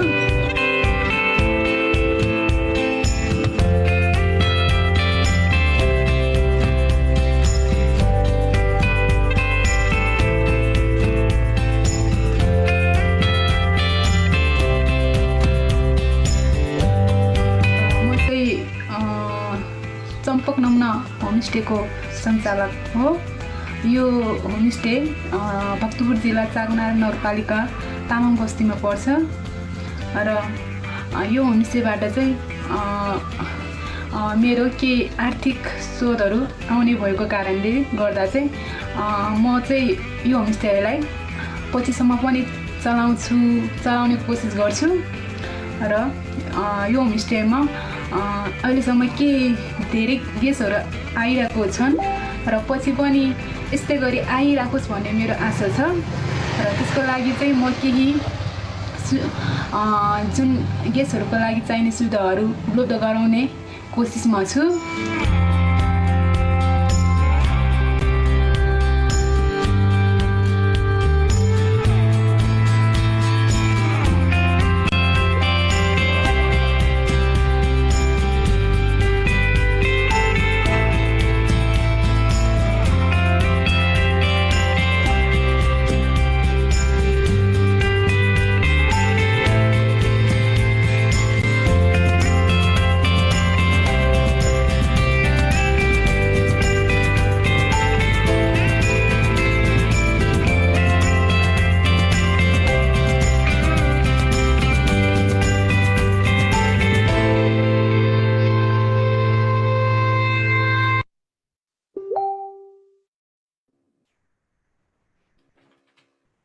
I believe everyone of us love the story of Dusmaya Thamang in achieving Sustainable Development Goal number 8, 12, and 14 from Nepal.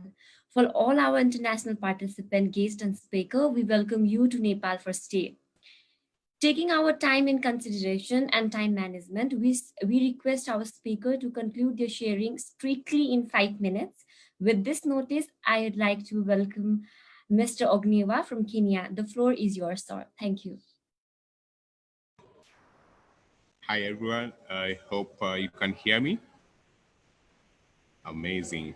Right. So thank you very much for this amazing webinar. I've just been inspired by all the presentations.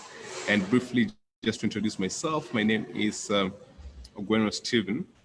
I'm coming from Kenya, and I'm 24. I run Stoylink, which is a youth-led organization which focuses on SDGs. Yeah, I could actually be able to share from my end just to let the presenter know. Then, okay. All right, so as I was saying, my name is Ogono Stephen from Kenya, and I'm running Stoylink, which is a youth-led organization whose primary ethos is to make information and diagnostic services on non-communicable diseases available to all at all times and in relevant formats. So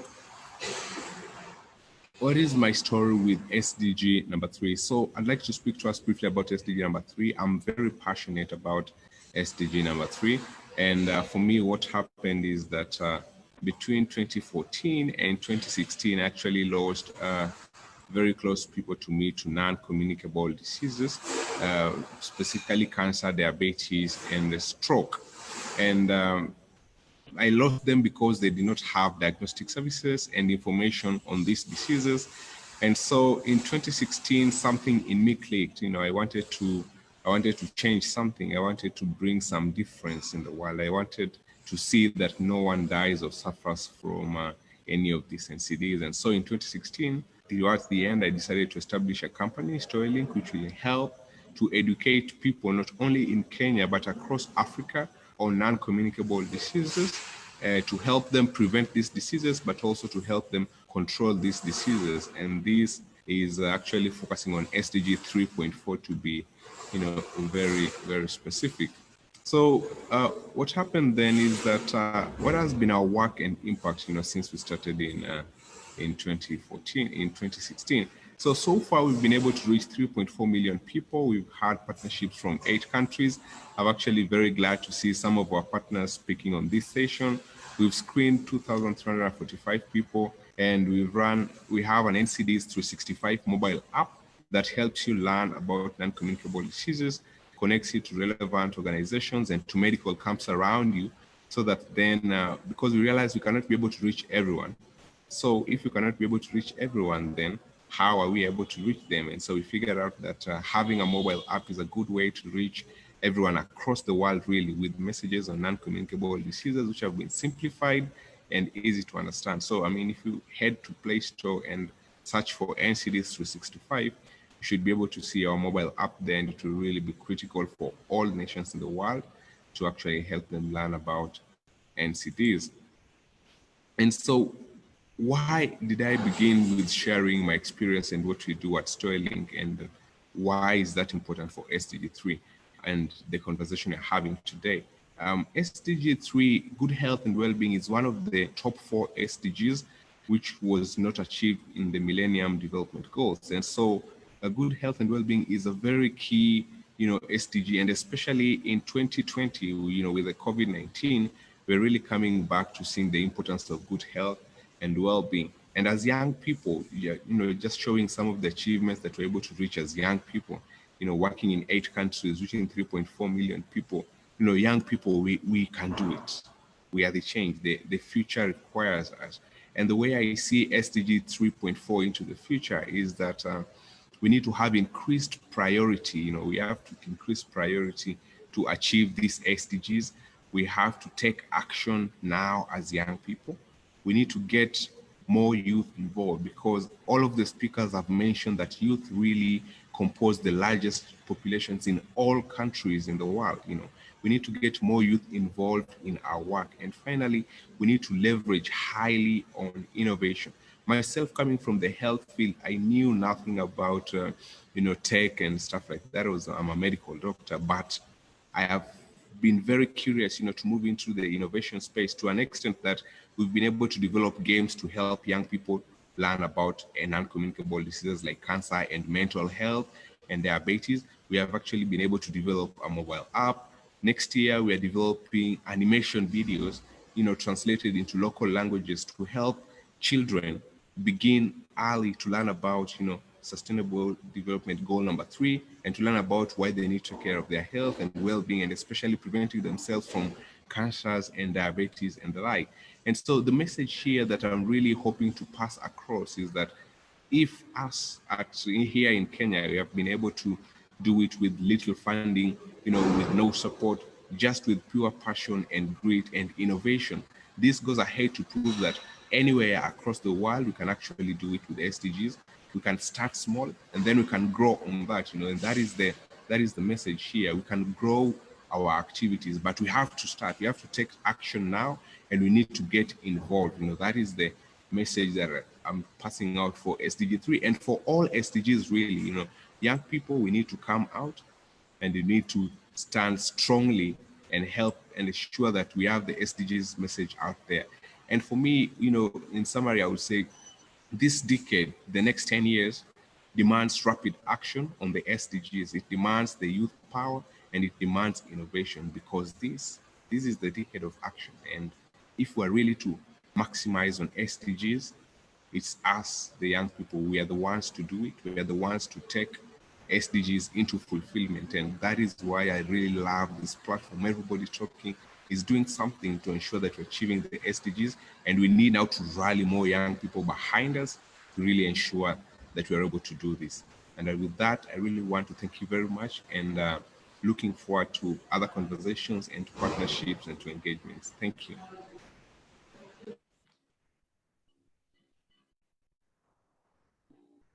Thank you. Thank you so much, Ognivo, for sharing your activism on Sustainable Development Goal or number 3, good health and well-being. I request all our speakers to strictly conclude the experience in 5 minutes. With this note, I now welcome Mr. Ganesh from Nepal to share his experience on youth activism towards achieving Sustainable Development Goal. The floor is to you, sir. Thank you. Thank you. Thank you, Ms. Khan. Respected chair of the program, Mr. Narin Khateuda, chief guest of the program, Honorable Minister, Mr. Parbat Gurung, Ministry of Women, Children, Senior Citizen, Deputy Head of European Union to Nepal, His Excellency Ambassador of Finland to Nepal, Mr. Preti Antinen, representatives from UN agency, civil society, leaders, youth speakers, and all the distinguished guests and participants from around the world. Greetings from Nepal, ladies and gentlemen. Today I am very delighted and equally excited to share my experience as a young speaker on youth activism towards achieving SDGs at Global Youth Meetup, and STEAM's platform organized by the Youth Advocacy Nepal in partnership with various like-minded organizations. In Nepal, youth population consists 40.45% of total population. 26 million and had been playing a key role and one of the important contribution of any social, economic, and political development and transformation. Without participation of youth, we cannot even imagine success of any movement which have been proved by global D2. Hence, youth are against the agent of social transformation. Similarly, sustainable development goal, the development framework of the world till 2020, cannot be achieved without meaningful engagement of young people. Considering the importance of the engagement, youth in Nepal have been playing a very important role towards achieving SDGs. They have been engaging in awareness raising about the SDGs by organizing different programs like training, workshop, conference, community outreach program, social media campaign, and so on at different levels from policy level to community level. The first and foremost important thing is to spread message and the importance of SDGs at different level in which young people are brilliant doing within limited resource. Apart from the awareness raising, youth in Nepal have been engaging in policy advocacy to mainstream elements of SDG in government policies and programs. While organizing the policy advocacy programs, youth have been conducting various programs like policy level dialogue, meeting with the policymaker, hand over the memorandum to policymaker, demonstration, press release, etc. Youth are also working as a surveillance to monitor and program progress and gap in the implementation of SDGs that is undertaken by the government. For the report implementation, youth have also actively engaging in providing recommendation to the government and also making them accountable. Therefore, youth in Nepal have been playing a significant role in the implementation, monitoring, and reviewing framework and agendas of SDG in best possible way, and also working as a helping hand to the government in all aspects. However, youth in Nepal is still facing challenges as government has not properly allocated budget for youth-focused programs. As a change agent, youth need to be engaged in aspects of the development. Government should also use the human capital of youth in all the development process. In a nutshell, I can confidently express that youth have been playing a very constructive and crucial role in achieving the SDGs and will continue contributing for the achievement of SDG. Also, our state has to engage youth as much as possible to grab the synergy and strength of young people in achieving SDGs. Let's connect each other globally in achieving SDGs. I am immensely grateful to all of you for hearing me. I wish you a very fruitful global youth meetup. Thank you very much.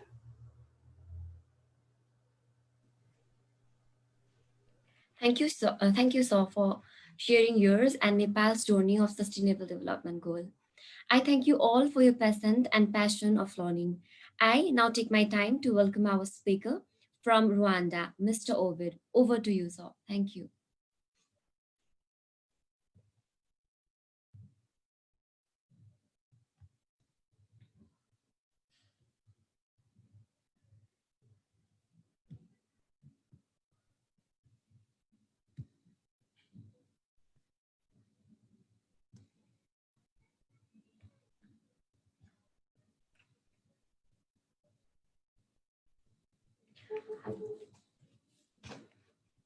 In the meanwhile, I guess Mr. Ovid is not with us here for now.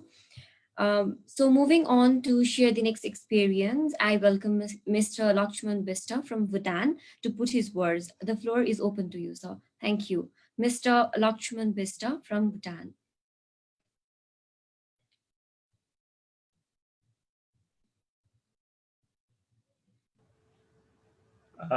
Hello. Yes, sir, we hear you. Thank you. Hello. Yes, we hear you. Thank you so much. This is Lakshman Bista from Bhutan. Honorable Chief Guest, distinguished guest, young and energetic youth around the world. Please kindly accept my sincere greeting from Bhutan, the land of Thunder Dragon. So for today, I have a short presentation for you all.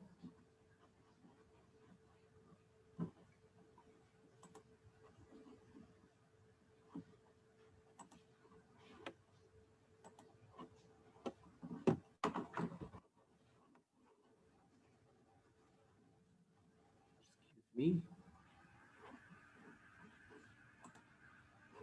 Hello, can you see my slides? Yes, we can. Yeah.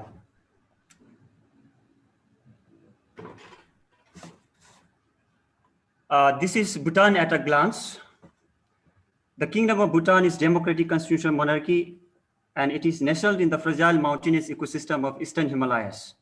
With a population of 7,27,145 as of 2017, and a total land area of 38,394 square kilometers, it is a small country landlocked between China in the north and India to the south, east, and west.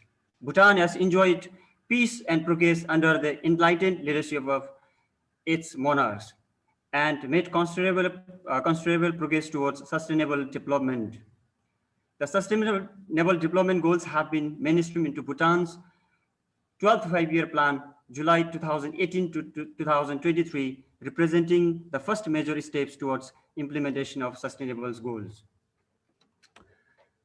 So development in Bhutan is guided by the guiding principle of gross national happiness.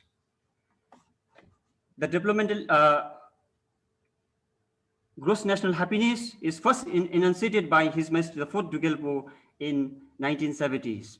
His Majesty's proclamation that gross national happiness is more important than gross national product echoes the traditional Bhutanese belief that there is more to life than just material development. It is based on the premises that true development takes place when social, economic, spiritual, and environmental well-being occur side by side to complement and reinforce each other. The conservation GNH philosophy is based on four main pillars, namely equitable socio-economic development, conservation of the environment, preservation and promotion of culture, and the promotion of good governments.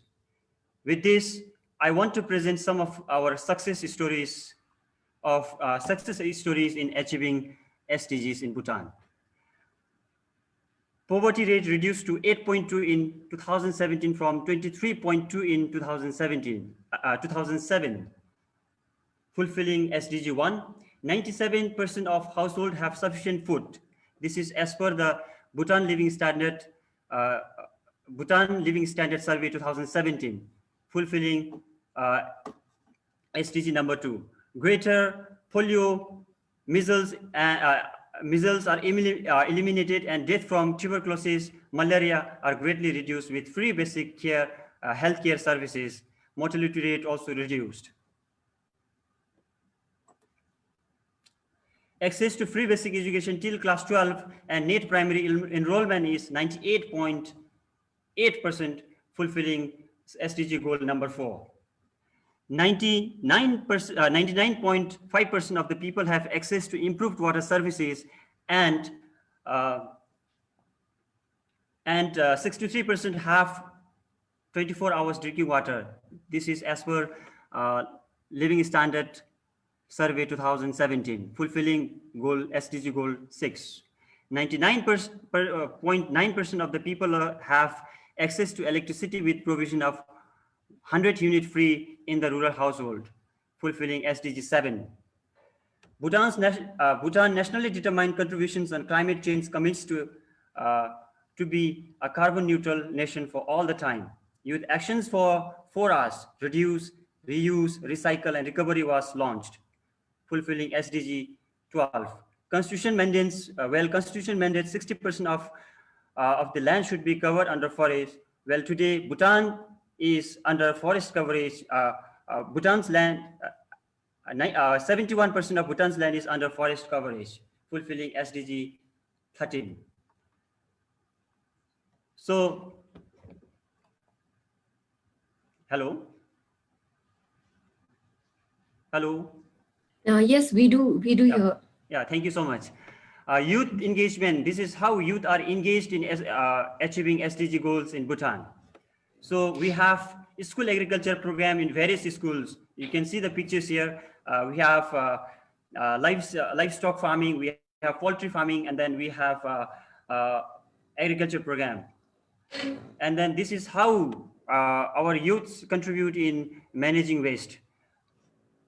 We have young volunteers in action, youth group, and then we also have a waste management program with Clean Bhutan.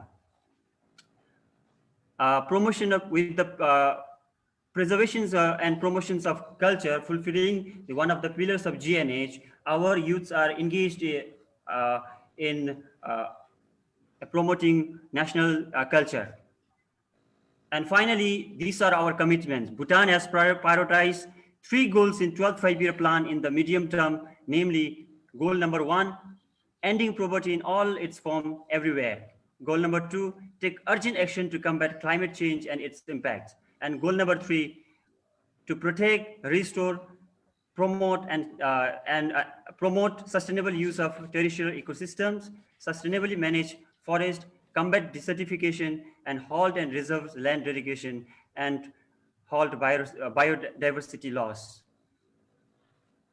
Finally, thank you. Thank you so much, Lakshman sir, for your presentation. It was amazing to hear from Bhutan. With a reminder to consider the time limitation we have today, 5 minutes per speaker. I welcome Mr. Won Moon Cho from South Korea. The floor is yours, sir. Thank you.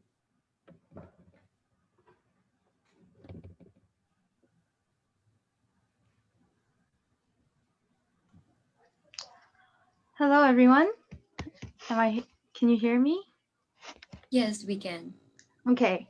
Hi, this is Won Moon Cho from GPY Korea. I'm glad to have the opportunity to hear and share the efforts from youth all around the world. Today, I'm going to introduce 2 kinds of activities that GPY Korea has been doing. Global Peace Youth is an international youth organization that raises change makers for a prosperous Korean peninsula and a peaceful world. Before introducing our programs, I would like to talk about the fundamental idea of our projects, which is 홍익인간. This is the spirit to broadly benefit all humanity.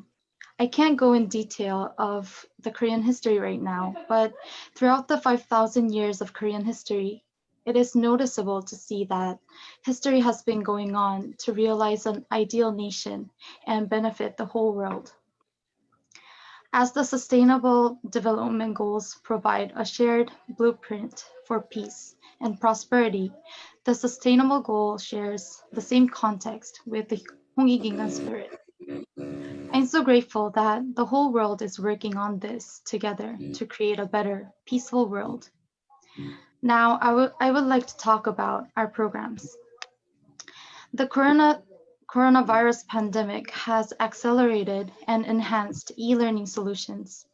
So we also have been focusing on online education.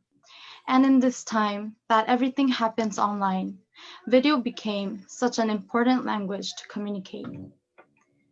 So we had a video tutoring program with Korean and international university students called Peace Creator. Gathering from 8 different countries and having all different backgrounds, we were able to communicate through videos. We have been creating videos under the theme of peace, starting from each individuals to nation and the world. Not only learning how to film and edit videos, but we had an opportunity to think about what is peace and how to create peace in our surroundings and our country. By continuing to create video contents with the theme of peace, we would like to create a good culture spreading peaceful messages to the world online. Our second program is Imagine Your Korean Dream. This is a language mentorship for North Korean defectors and volunteers. We created this to support North Korean defectors who doesn't have an opportunity to learn English. And for volunteers, of course, volunteers always give without asking for anything in return. But we would like to thank them for their support and encourage this volunteer culture. And eventually, we would like to create a network within volunteers in the world. Currently, conversation-based English tutoring program is going on, and Korean volunteers are learning English for free. Not only they will be able to improve their English skill, but the conversation topics will be related to keywords from the Korean Dream book. Korean Dream is a book that has important points that are necessary to build an ideal nation, such as power of youth, having a common vision, etc. It is a good guide for many young volunteers to follow.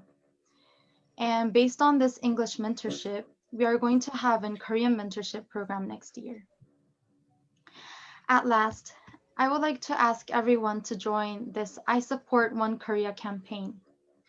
As the whole world is connected, for the peace in Korean Peninsula to become a Korean unified Korea, international support is necessary. Considering the sustainable development goals in North Korea, all of them from 1 to 17 are related. In the situation that Korean Peninsula is divided, actually it is hard to realize it. To achieve SDGs in North Korea, your voice, that you support one Korea, will be so helpful. Especially currently, North Korea and South Korea is in a difficult period because of one incident. So as this time, us as a global citizen, our voices are so important. I would like to tell you how to join this campaign. Take a picture with a heart that you support North Korea. You may write or print this phrase, I support one Korea. And you can send this to our email that will be on our next slide, or you may upload on your social media such as Facebook, Instagram, and so on, with this hashtag Korean Dream, One Korea, and Global Peace. I hope you remember that one small action can make a huge change. These were the programs that has been continuing GPY Korea. Thank you all for your efforts, and let's keep striving to benefit the whole world through achieving these sustainable development goals. Thank you. Thank you so much, Wancho, for your wonderful sharing on Sustainable Development Goal number 4, Goal number 16, and Goal number 17, focusing on peace and promoting volunteerism. With this, I welcome our last but not least very young speaker for today from UK, Mr. Tom. We open the floor to you, sir. Thank you. Hello, everyone. Yeah, it's a pleasure to be here. I'm just going to give my own thanks to the organisers of the event and to the other speakers as well. It's just been really inspiring to hear about your work towards delivering the SDGs and trying to make them become a reality. So I'm here representing the UK and to a small degree Uganda as well, in the sense that I'm one of the co-founders and directors of a new youth-led organization called Equal Aqua Uganda, and I'll share a link to our website in the chat in a minute. So as the name suggests, Equal Aqua Uganda aims to provide equal access to water for rural communities in Uganda. So we're focusing on SDG 6, clean water and sanitation. And I think we all want to live in a world where everybody has access to safe, clean, sustainable, affordable water. But we know that unfortunately this is not the case. In Uganda, there's several inequalities in access to water, inequalities of geography, for example. Rural and urban populations have huge disparities in access to water. Inequalities of gender, of wealth, of ethnicity, of age, of disability, and I could go on. So we try and target our programs to those people suffering the most and those intersecting inequalities in access to water. And a bit of background around us. So we're essentially a group of friends from the UK and Uganda, and we met as volunteers in Uganda last year with Restless Development, so one of the partners organizing this event. So we really saw firsthand the challenges that people face in Ugandan villages with regards to access to water. the average household spends over 2 hours per day collecting water. And this is a burden that's predominantly carried by women and young girls, as is the case elsewhere in the world. And it's just so frustrating because this is time that could and should be spent studying in school or working or playing or, just living your life. And the other issue that really stood out to us, volunteering in this rural community, was around plastic pollution. With no national service for recycling plastic, average Ugandans have no choice but to burn plastic waste, and that results in problems that we all know about, air pollution and, toxins entering the water supply. So we wanted to form our own organization that tried to tackle both of these issues at the same time around, water inequality and around plastic pollution. So we started an initiative to build water tanks for schools using waste plastic bottles called eco bricks. Perhaps some of you have heard of this before. It's essentially a waste plastic bottle that's filled with sand or with more plastic in this case, and they function as bricks, and we build water tanks made out of these eco bricks for schools in Uganda. Perhaps if I share my screen quickly, you'll be able to get a better visual indication of what we do. Can you see that now? Can someone give me a nod or a yes? Yes. You can. Great, fantastic. So this is kind of our flagship project. We build water tanks made from these eco bricks for schools, and this provides direct access for the school for the students and staff at that school. And the next slide shows the process of how it's made. So they're packed tight with sand. They're built up in a concentric pattern and held together with waterproof concrete. And then in image number 5, you can see that the rain is captured on the roof of the school building and stored in the tanks so everyone has access to them.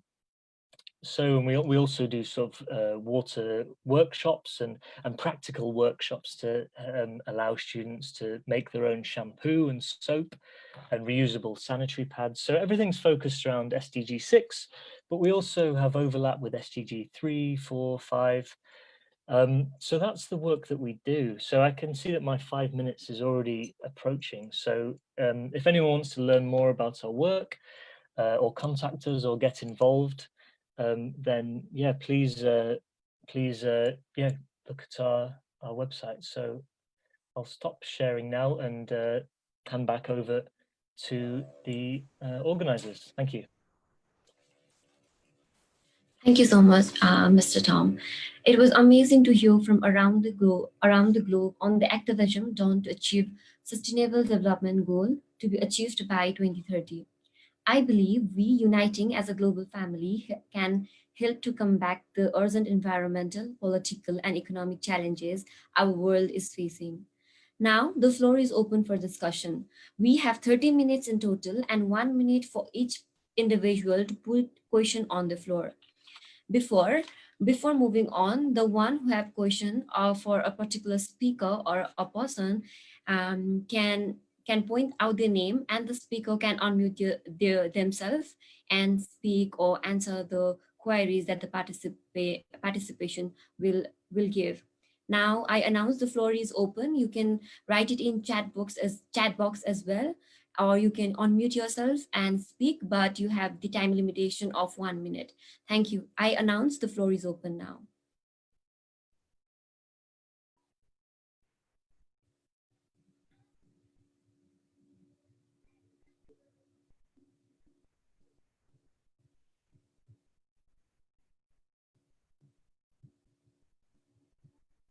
I again want to announce the floor is open for discussion. Any feedbacks, any queries, any question that you want to ask, you can write it in a chat box or you can share by unmuting yourself.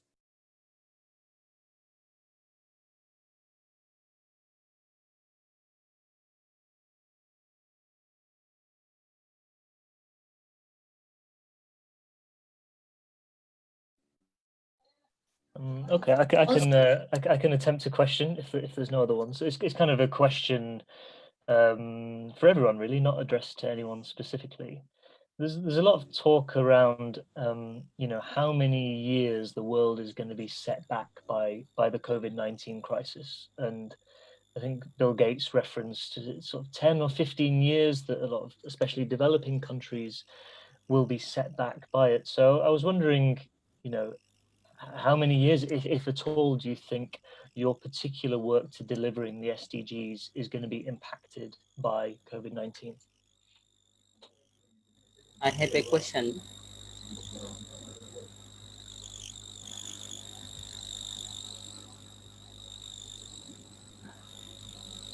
Hi, I see Mohammed from Bangladesh having question. However, I still request you have 1 minute time, and before giving your question, can you please you can please introduce yourself and your country. And yes, you have 1 minute for your question. Thank you so much. Thank you so much. I'm Muhammad Shahjahan. I'm founder and chairman of South Asian Voice for Children, a non-profit organization for underprivileged street children in Bangladesh. Now I have two questions. First, how do volunteer organizations contributing to sustainable development? I'm second question, what is the role of the youth in achieving sustainable development to goal? We know that Tanya Veron, Plan International UK, says leaving young people out of development is not sensible, probably not possible. We know that more than half of the global youth population is living in Asia and Pacific. A report by ADV and Plan International UK provides information on youth's contribution to the achieving the goals. Learning from this study provides important insights that will support the design and implementation of youth programs across the region. Uh, Please, thank you so much.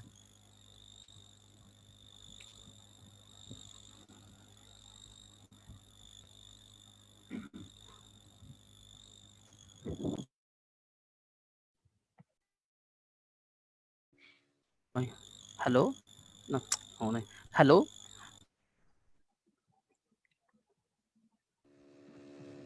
Can you declare your question Sorry. again? I'm Muhammad Shahjahan. I'm chairman and founder of South Asian Voice for Children, which is a non-profit voluntary organization for underprivileged street children in Bangladesh. I have two questions. First, how do volunteer organizations contributing to sustainable development? Second question, what is the role of the youth in achieving sustainable development goals? We know that youth engagement and sustainable development goals present evidence that young people are already contributing toward the achieving the sustainable development goals. Tanya Veron, Plan International UK says, leaving young people out of development is not sensible, probably not possible. More than half of the global youth population in living Asia and the Pacific. A report by the ADB and Plan International UK provides information on youth contribution to achieving the goals. Learning from this study provides important insights that will support the design and implementation of youth programs across the region. Tanya Veron, the CEO of the Plan International UK, shares her thoughts on the report and role of the multilateral institutions like ADB on youth engagement in development projects. Thank you so much.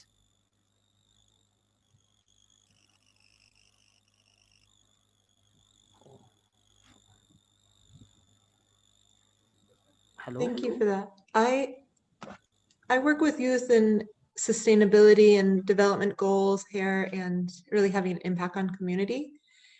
And I see the youth as the biggest bang for your buck because they are going to grow into the future with all the changes that continue to happen. So the contribution they already have is one that can be expanded by educating them and for them to share without the filter of adulthood, perhaps, that has them hold back, possibly. So I just see youth as the biggest impactors out there. Thank you. Thank you. Thank you so much, Taylor. So we have our next question in the chat box to Ogniva. So if he is here, he can address it. The question is, does a research project or knowledge on hypertension among adults can contribute for meeting SDG 3? If yes, how? What will be our further academic steps for meeting Sustainable Development Goal number 3 as a bachelor's level student? Thank you. Is Ogweno, so from here he can address the question. The question is to you, so thank you.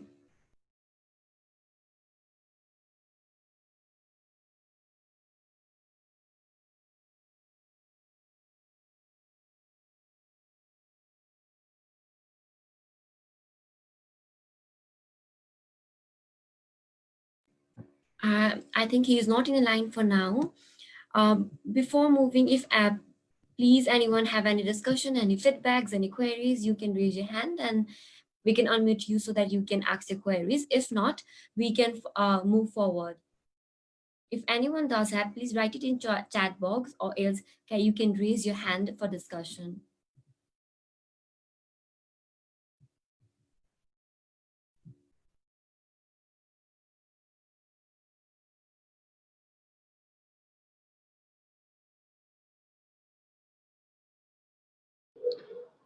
Excuse me, there are some questions in the chat. Maybe you should read them. For example, I'm seeing a question for Aguino.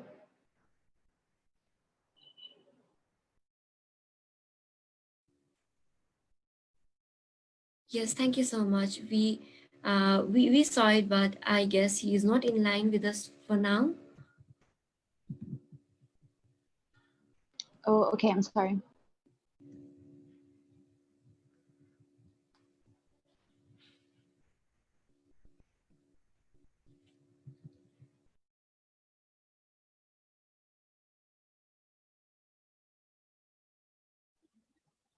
I have a question.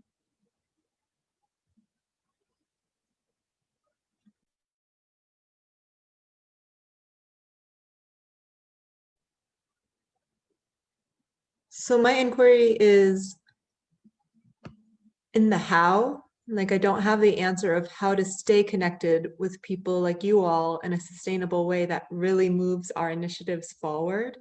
And I confront that in different conferences and leadership programs.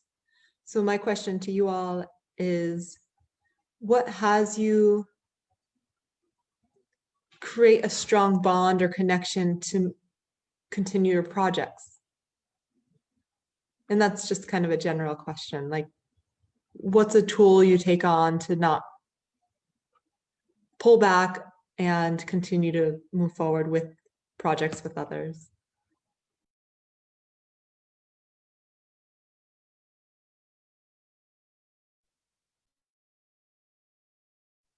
Okay, sorry, please, can you repeat the question again? My question is, what is your tool to stay connected to people like us to move forward in our projects? Okay, one of the best way is a platform like this, where you have young leaders, vibrant, passionate leaders across the continent who are doing amazing work within their communities. I, as a person, I belong to different international and local organizations. Whenever I join an organization, my motive has always been three things: to learn, to impart, and to also network. Because through networking, you'll be able to establish connection around the world, and from that place, you'll be able to get access to funding, get access to resources that you don't need to stress yourself. These are opportunities that I've been gaining from different platforms.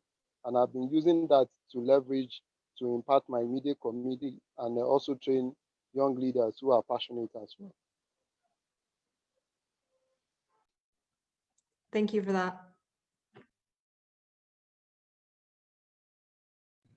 Thank you so much, Taylor, for making our session more engaging and raising your very insightful question. And I hope your questions has been answered. So I see one question to Mr. Tom, Equal. So the question is, can you please give more information about Equal Equa? Have any plan to organize any event for more youth engagement? So if Mr. Tom saw he's here, he can answer to your question, and I see him on mute. Thank you so much. Over to you, sir. Yeah, no, thank you for the question. Yeah, no, delighted to tell you more about it. So we are, you know, and then this overlaps with a few other questions as well. We are essentially ourselves a group of volunteers. Some of us slightly more young than other, but we present ourselves as a youth-led organization. And we, you know, I think there's pros and cons of doing it as volunteers. You know, we'd like to work on this full time, but we also, all of us, work full-time jobs at the same time. And you know, one of the disadvantages of having sort of volunteering in international development is that people can't develop a lot of that kind of experience or expertise over a long period of time. And a lot of organizations become, you know, exploitative of volunteers, or, you know, volunteers who work abroad. They sometimes replace the jobs of what local workers do. So we're very keen to make sure that we don't fit into that category and to make it happen. So we're sort of structured on a principle whereby the team in Uganda come up with the entire all the projects, the programs, the general philosophy, and the team in the UK, which is me and a few other people, we work to help support that. So, you know, in practical terms, that means raising some of the money, finding grants that we can apply to, helping support a lot of the, you know, developing of the website and all that kind of thing. And we're also essentially like non-hierarchical. We're all class ourselves as directors of the organization, and we sort of encourage anyone who's involved to lead a project under our banner, as you know, as long as it fits within SDG 6, then they're given that autonomy, that freedom to be able to lead on that project. So that means that's given us, you know, a much broader access to different networks of schools in Uganda, of church groups, of different community groups. So, I mean, you know, as I think with probably everyone on this call, our work's been impacted a lot by, you know, by the COVID crisis. It's difficult to, you know, arrange transport around the country. Schools are closed, but it's also a great opportunity for us in the sense that for schools to reopen soon, they need to have a reliable source of water. Most schools in Uganda don't have access to this source of water. They have to walk to a borehole to collect it. So we're using the opportunity to build these sustainable water tanks made out of the plastic bottles for schools, so they have access to water to do it. So yeah, so as I say, if anyone would like to learn more about our work or to get involved, then please go to the website. But it's yeah, it's something that's we just arranged as volunteers, as friends, and we hope to take it forward in the future. So thank you for the question. Thank you so much, sir. So I now thank you all for your active. Yeah, sure. Can I ask you another question, please? Can I ask any question? Yeah, so I'd like to inform you, like, we will only be having one question for now. Please take your 1 minute time, and then we will move on to the next segment of our program. Thank you. Thank you, Muskan. This is Ashrafur Rahman. I'm a corporate affairs and public relation young professionals, I'm the founder of an organization which is called Dust Free Green Bangladesh. And I ask a very general question. If it's already maybe Taylor but mentioned these questions, I want to repeat again. Have any common platform we can connect each other to moving forward?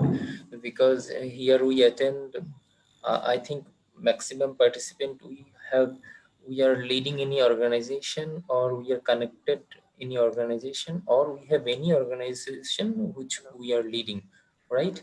So maximum participant, maybe we have few project which is related with SDGs or young youth engagement, right? So have any opportunity, or have any common platform through we can moving forward by making a group. It could be a WhatsApp group or any other group. Thank you, Muskan. Thank You you can so much. proceed on. Thank you so much. We definitely can address your queries in chat box or in further email in future as well. Thank you so much for your engagement. I again thank you all for your active engagement and involvement.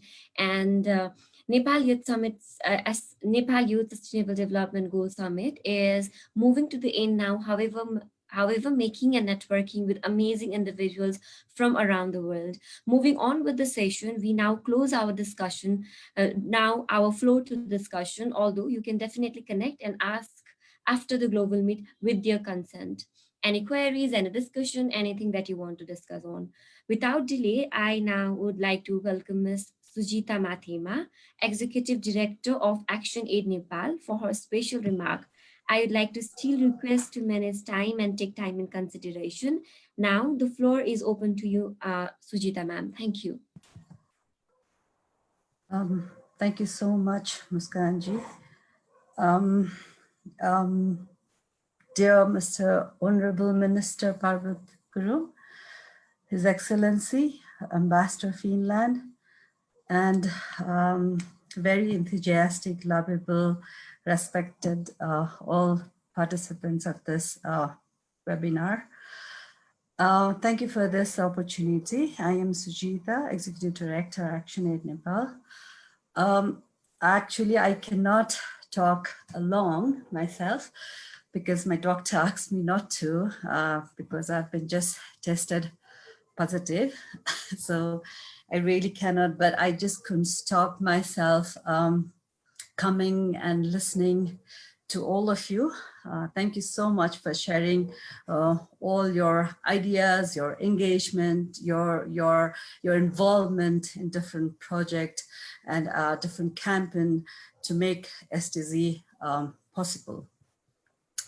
Well, while listening to all of you, I'm really excited and really overwhelmed that how you all can perceive, can navigate, negotiate, and respond to all the goals of this SDG, despite the fact that the whole world is going in terms of insecurity and uncertainties are there. I'm really happy to see the determinations and I'm excited to be the part of this whole journey. The Action Aid is very much happy to the part of being the part of this program.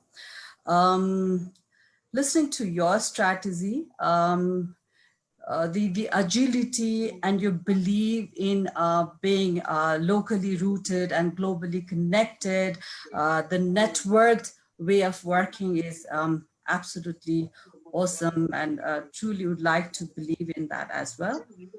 I think this is now, it's the turn of different agencies, the government, the CSOs, NGOs, INGOs, multilateral, bilateral, everyone's responsibility and accountability as well to involve young people, because we all know that without the involvement of the young people for any kind of a campaign or the program, it's utmost necessary.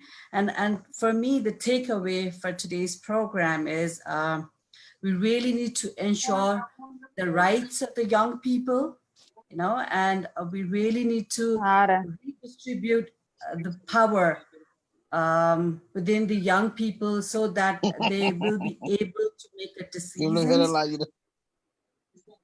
Thank you so much, whoever is laughing on that. And the third one, to build the resilience of the young people to fight against all this insecurity and uncertainty in their life.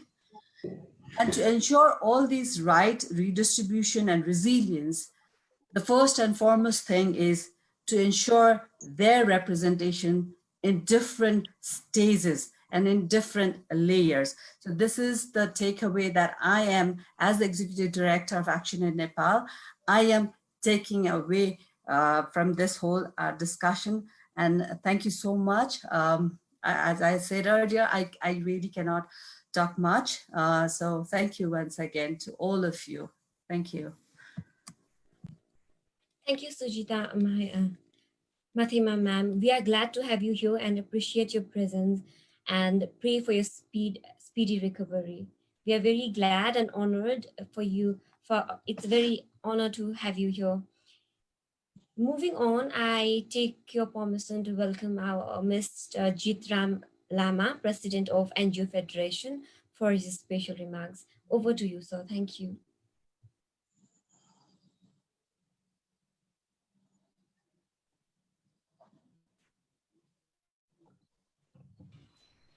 Thank you, Ms. Moderator.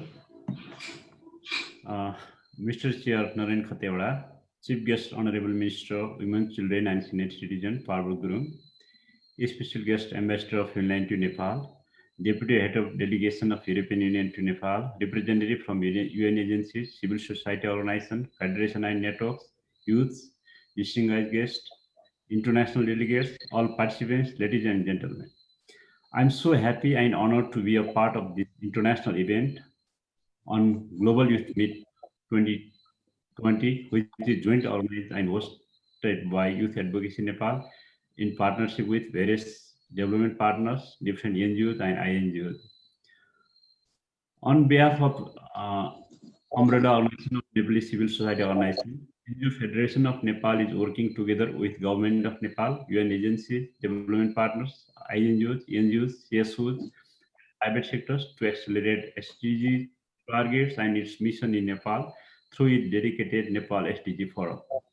Nepal SDG Forum is CSO's forum for implementation of SDGs in Nepal.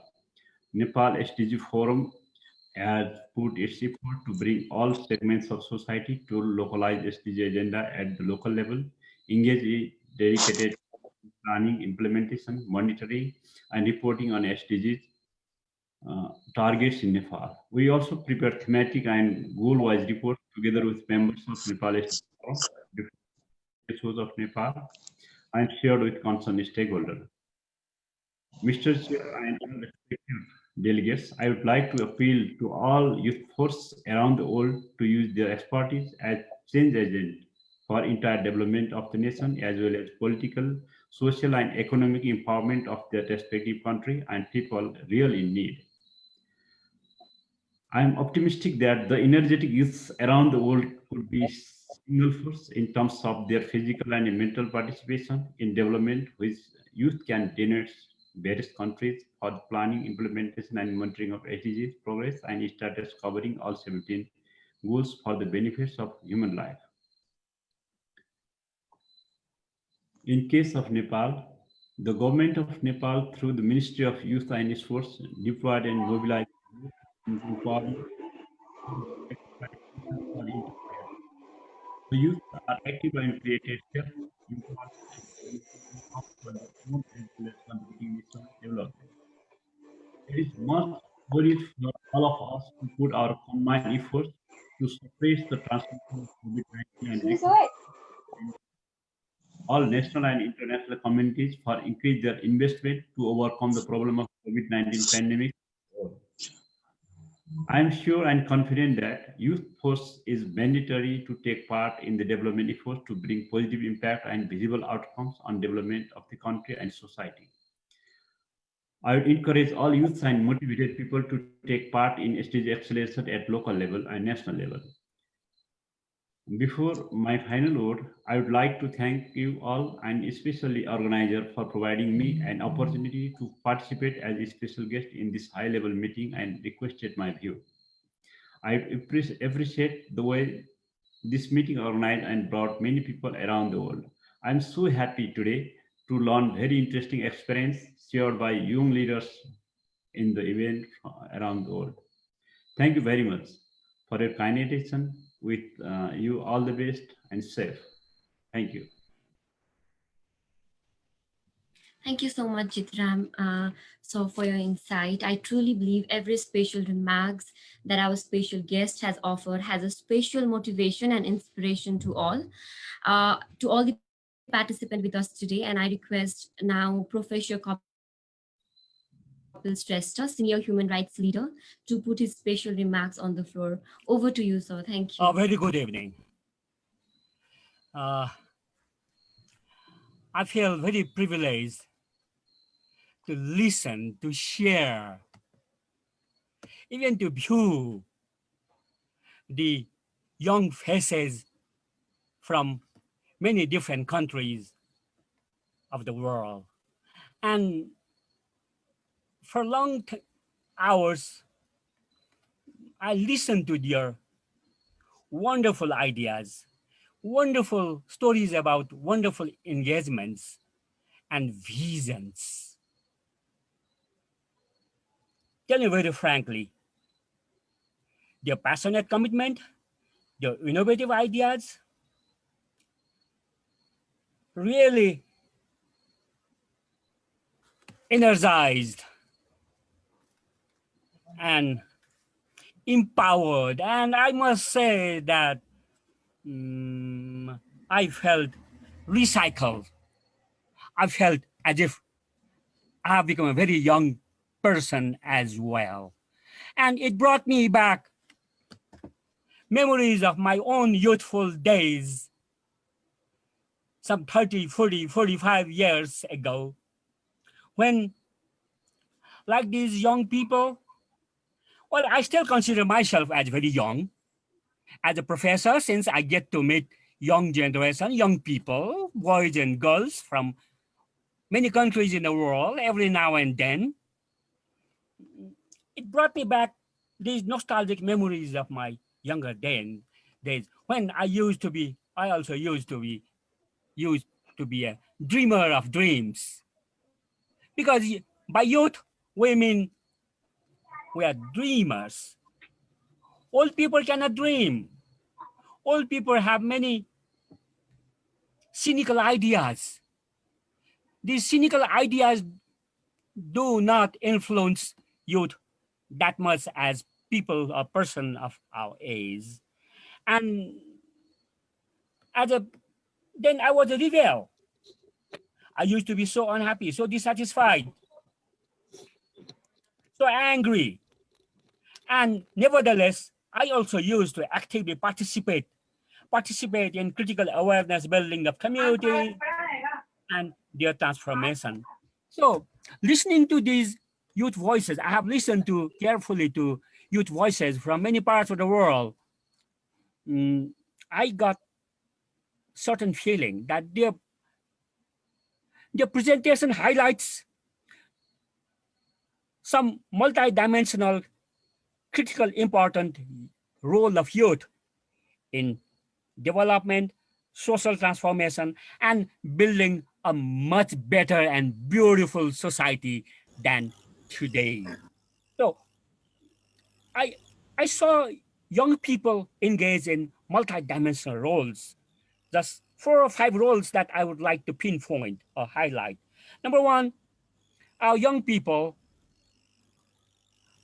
not only who were present here, even from my generation, the important role was role of role models. Everybody will look upon to the youth. Youth as for their good conduct, for their values, for their passionate volunteerism. Volunteerism means willingness to serve, willingness to reach out to less fortunate people and willingness to be part of change, be it political change, be it social change, be it economic change for the developing country like Nepal. When there is democracy and human rights deficit, young people have to come out in the streets and ask for the change so that leaders and rulers do listen to their voices. And then as a critic also, young people are not obedient followers of any political party, any rulers, or any kings, or any monarchs, or any emperors. They have their own minds. They are not empty buckets. They are not empty baskets. So young people, the best thing about young people is that they can look at the society, they can look at politics, they can look at economics, they can look at development, they can look at the global structure through the unselfish perspective, the idealistic perspective. Young people are least polluted people. They are not in big hurry to be ministers. They are not in big hurry to be prime ministers. They are not in big hurry to be ambassadors.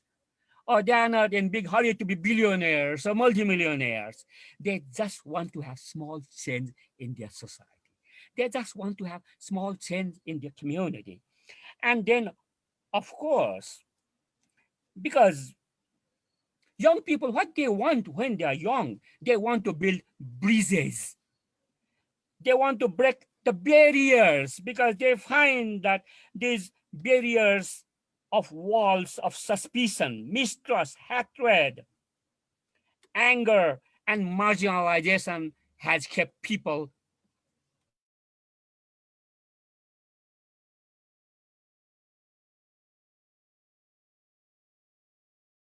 politics in name of nationalisms, everything. Do you hear me?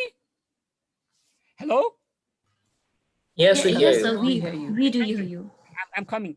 So, and then young people have a Yes, sir. different challenge, the challenge of demystifying old, outdated theories and paradigms, because these old, outdated theories and paradigms have divided us for so long. And then the biggest role that young people like you and me also can play is that of awareness building, opinion building, and as a communicator in building trust, harmony, good values, and cultures. It's not for nothing that John Lennon had sung, Imagine There No Heaven. So, see, that represents true idealism of my generation, and I think it's still there. And I still remember a small poem by British poet Stephen Spender.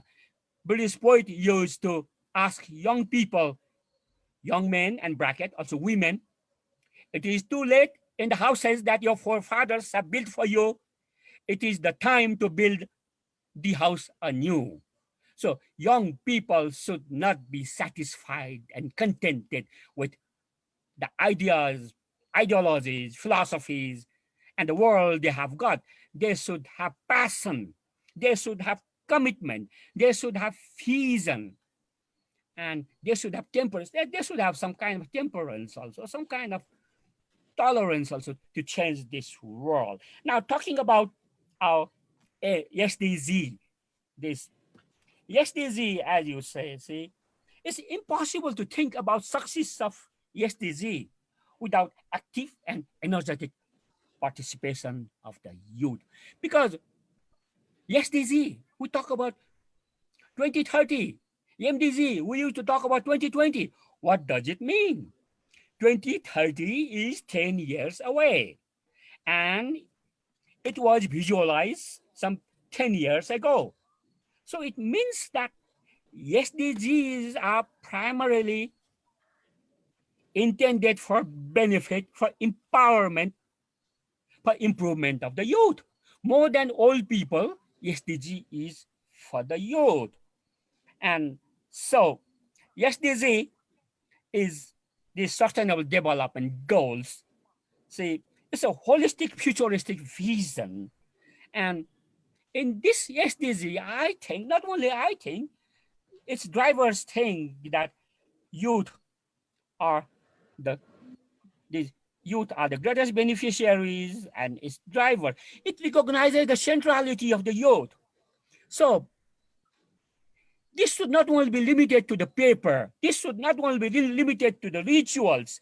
This should not only be limited to the lip service of leaders, managers, CEOs, politicians, and professors and development practitioners. This should not be an empty exercise in rhetoric. And so all the concerned people, especially elderly people, people who are in the power, people who are in the driver's seat, now should carefully youth should not be manipulated for their narrow ends, the selfish designs. Young people have suffered too much. 2 years ago, Nepal experienced 10-year-old long Maoist civil war in which 17,000 young people were killed, murdered. Thousands were injured. They were destabilized. They were taken out from their schools, colleges. And so that politicians, development practitioners at all levels should change their attitude, should change their priority. The priority is that young people should not only be given lip service. I'm so glad that Advocacy Nepal has organized this program and made senior human rights activists and senior professors like me to listen to your wonderful, wonderful, and energizing and empowering voices. Thank you. Hello? Thank you so much. Yes, yes. Thank you so much, Professor Kopilsov, for your presence. Indeed, you definitely added a value to our platform as well. I feel energized, and definitely all of the participants here present are motivated and inspired to work for present and Because definitely and I in. myself have passed through young stage as you people are doing now. Thank you so much. You definitely added value to our platform, and we would like to thank you for your presence on behalf of Youth Advocacy Nepal. For now, moving on, I request Dr. Baburam Tungana, Administrative Head from National Youth Council, to put his special remarks on the floor. Over to you, sir. Thank you. Thank you, Musanji. Can you hear me? Yes, sir, we can. Dear Chairperson, Honorable Minister, His Excellency, Ambassador of Finland to Nepal, Chargé d'Affaires, Delegation of the European Union to Nepal, and all distinguished guests and speakers. I would like to extend my sincere gratitude on behalf of myself and National Youth Council, Nepal, for this opportunity. It is interesting to know the cross-country youth development practices even in this pandemic situation. Sustainable development goals cannot be achieved without active involvement of youth in social issues as well as developmental activities. For this, their own development in a right direction, in right pace, is crucial. Now, COVID-19 is being challenged in this course for everybody.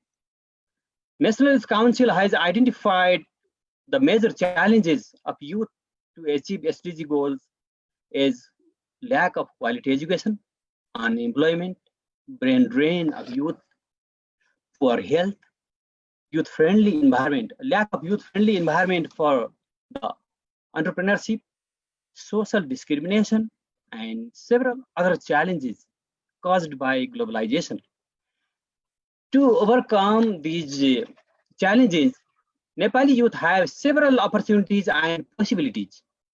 These are participation in federal democratic system that is adopted by the government, putting their knowledge in utilizing natural resources achieved as a gift, mobilizing of financial institutions in youth development, converting education in entrepreneurship development, creating employment opportunity in the country, and not to let them go outside for poor work. Youth are major forces in achieving SDG goals if they are recognized as the leader of the formal and informal organizations. Their involvement in policy making as well as program implementation yields the result in high quality. What we are doing nowadays, we have developed volunteering activities in different social issues in a regular basis. Even in COVID pandemic period, youth are being capacitated in using ICT in their daily life. Innovation has got the high priority in the country to promote the entrepreneurial activities. Besides the formal education practices, short-term as well as long-term vocational trainings have been emphasized by the country. We are regularizing need-based counseling.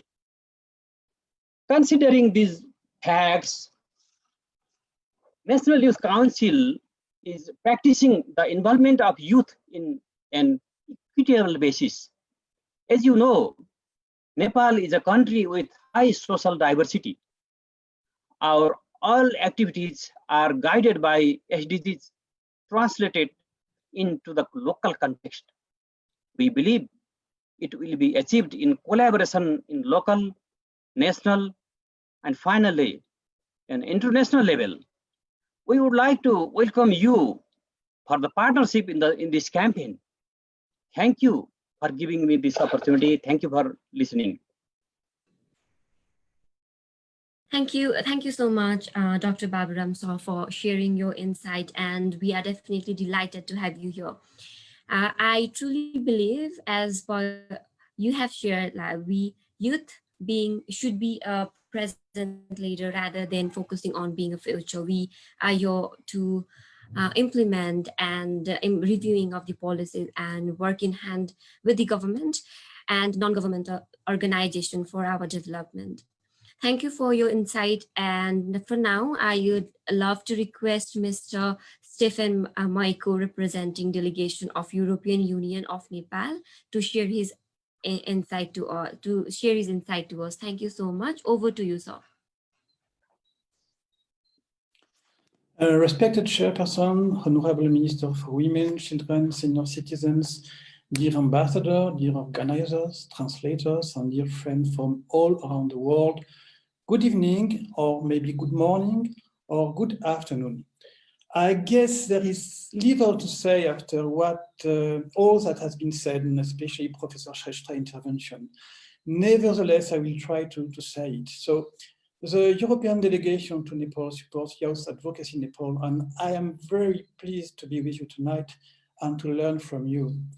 I would like to thank all the partners who organize the events of the Global Sustainable Development Goals Week that is ending today. So acting at your local level, influencing or getting involved in policy making, aiming to innovate are the key drivers that link your various experiences as far as I learned today. And this event was a very inspiring platform to share your experiences and to work together on progress, challenges, and best practices in terms of realizing the SDGs. Indeed, this week, aiming at promoting coordination, collaboration, and networking among youth around the world towards achieving the SDG was very successful, I guess. And I am sure that tonight, or today, you will resume your day-to-day engagement with a harvest of different approaches aiming to reach the same overall objective and even new friends. What is precious for somebody like me who used to be young long ago is your own point of view over the world and a fresh point of view with fresh exigencies. And I guess that we all share the sense of belonging to the same teeny, fragile planet. And now today you demonstrate how important it is to take locally action as members of a global community. And you take it in your own way. What I would also stress are the specific circumstances of this week in a world landlocked by the pandemic, and I am afraid it may impact the SDG achievements on many grounds. But on the other hand, it also shows your energy and creativity. It is a pity indeed that the Global Youth Meet Week this year is being attended virtually due to this disconnecting pandemic. But it's also an opportunity for all of you to communicate and to reiterate your commitments. It also helps finding new ways for moving forward and achieving the SDG goals. It shows how closer you are, even virtually, and it paves the way to means to come for you to advocate and act in the future. I believe, for instance, that the event organized amidst all these challenges have been extremely crucial in terms of exchanging on current and future actions and advancing the effective engagement of youth. Following the launch of Citizens Review reports, you have also organized an interaction program on progress and challenges in SDGs and way forward in the context of COVID-19. And I am sure that the interaction scheduled amongst a wide range of stakeholders, including policymakers, scholars, practitioners, journalists, representatives from the UN agencies, CSOs, private sectors, and cooperative sectors, have provided important insight to move ahead. We are very much looking forward to a savings report of the event, which I believe will have wide coverage of each session. Today, Thank you so much. Okay, so thank you for inviting me. And finally, I wish you all the best to all crucial youth and advocates who join the event, and all the best for the future.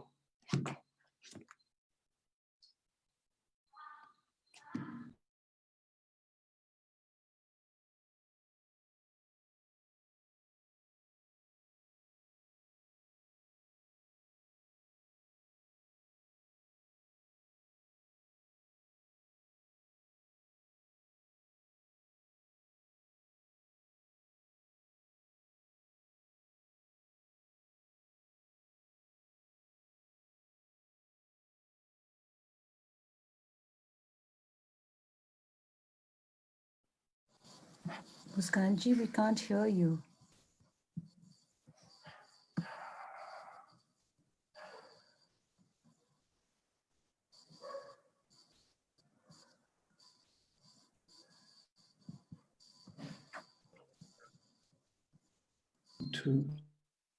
Hi everyone, my name is Sulabh Baral. I work as a program officer at UNB.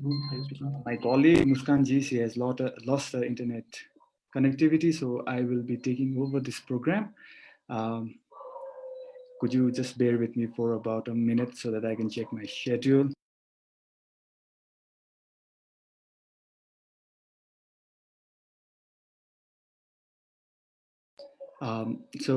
Thank you so much. Thank you so much, Mr. Stephen Maicon. And now I would like to request Honorable Preti, sorry if I pronounce his name wrong, Honorable Preti Antinen, His Excellency, Ambassador of Finland to Nepal, to give his special remarks. Over to you, sir.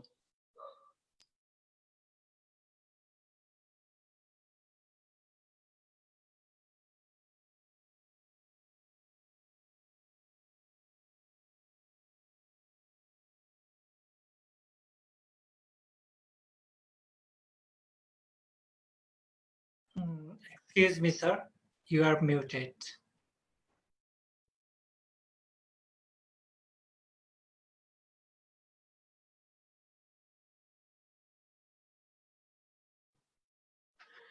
Hopefully you hear myself now. Yes, thank you, Sulabh, and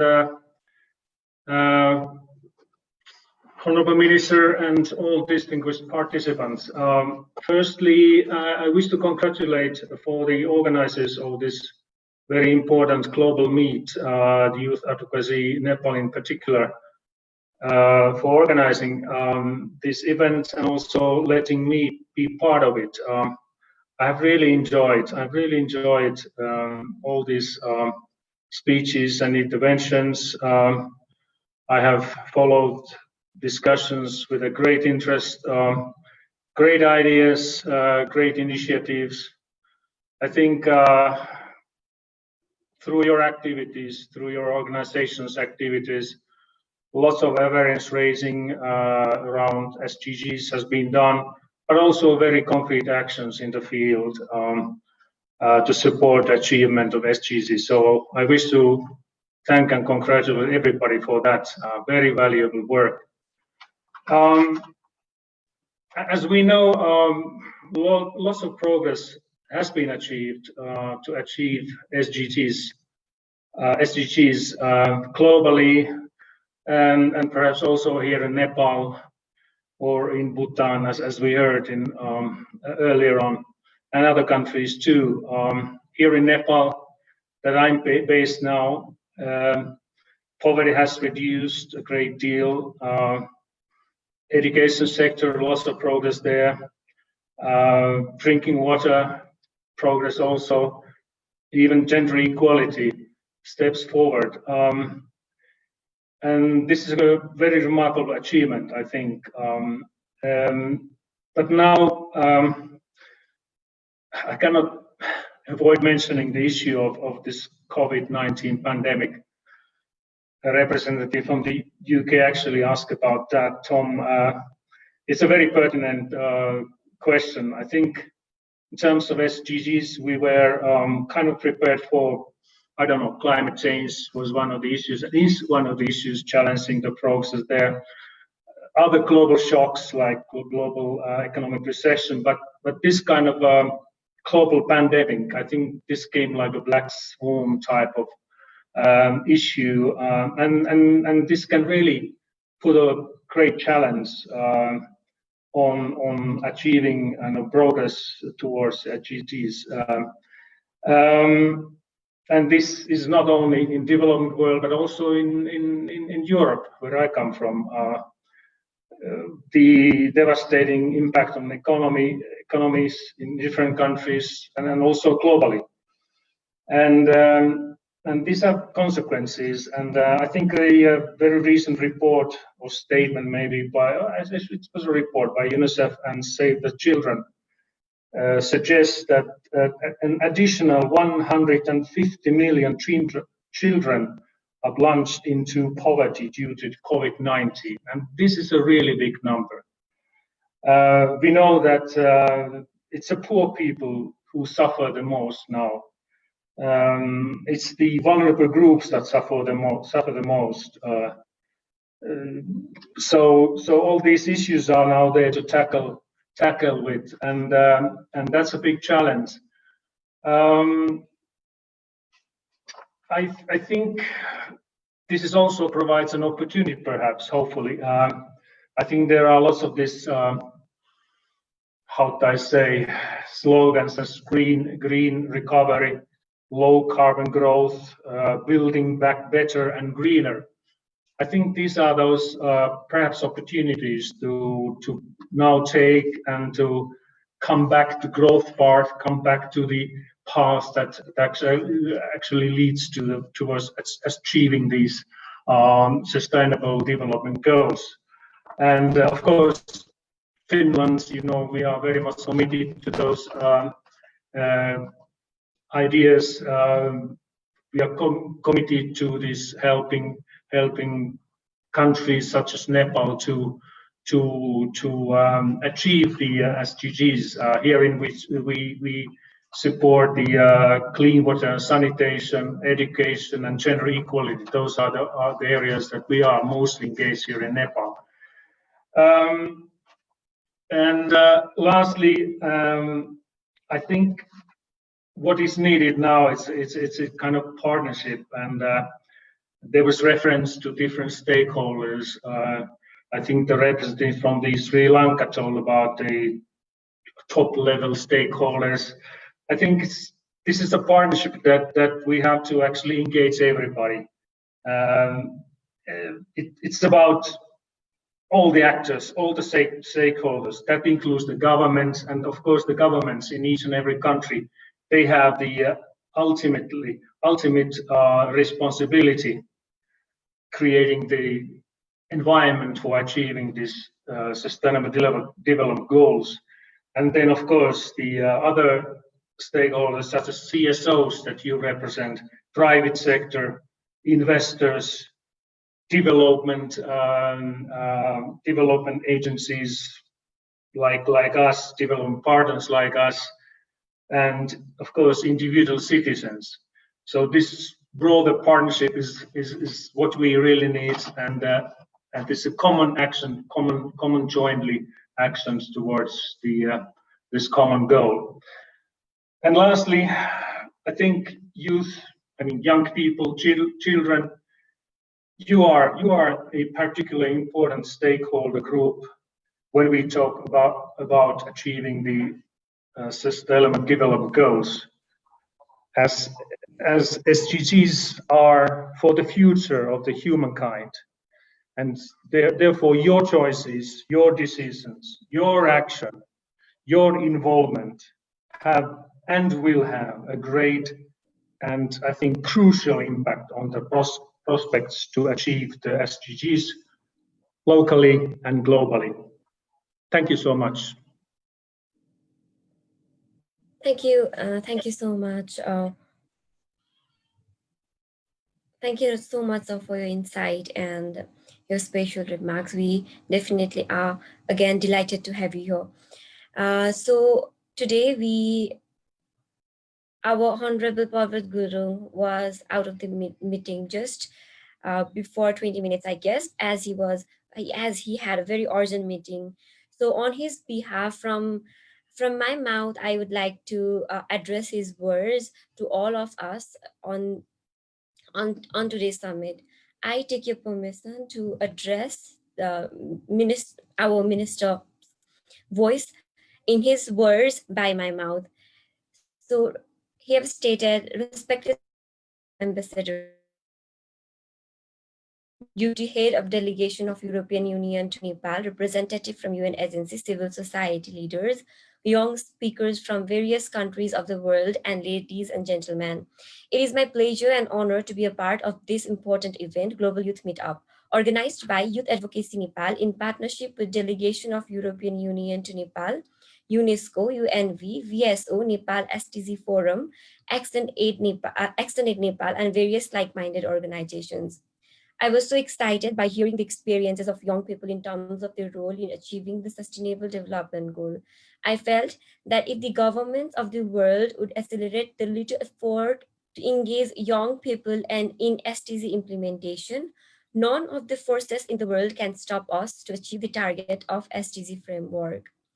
Since the beginning, Nepal has been playing very creative role in relation to SDGs. In order to implement it effectively, we have established a steering community in the leadership of Prime Minister, SDG Implementation and Coordination Committee in the leadership of Vice President of National Planning Commission and various thematic committees under the leadership of members of SDG. We have incorporated all these elements of SDG in 15th year of periodic development plan.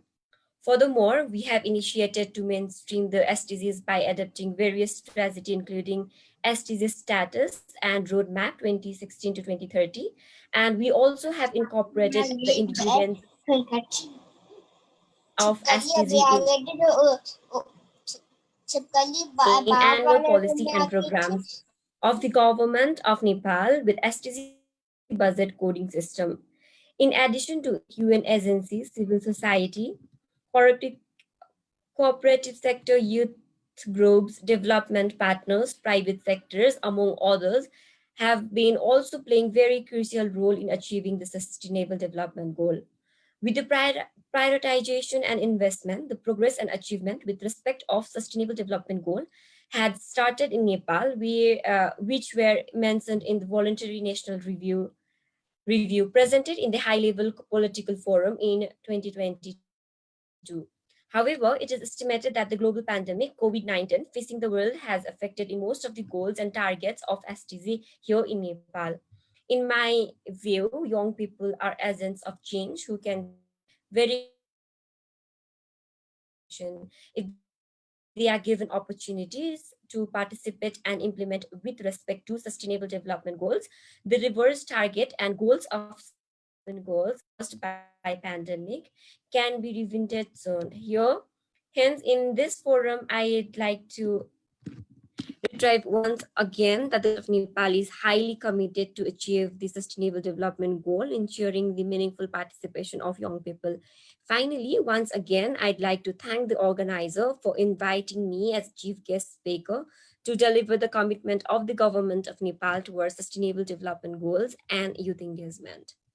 Indeed, it was my pleasure speaking the voice of our minister through my mouth. I hope I did justice to the remarks that he was about to present in front of us all today.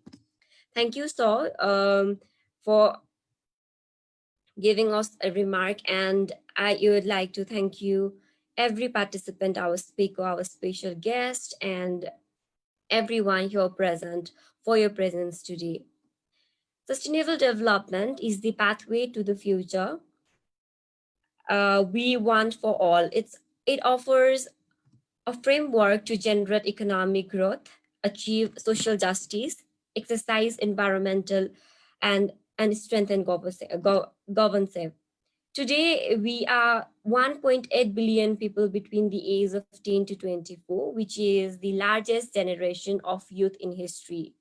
Hence, we play a significant role in the implementation, monitoring, and review of the agenda, Sustainable Development Goal, as well as in holding government accountable and not forgetting self.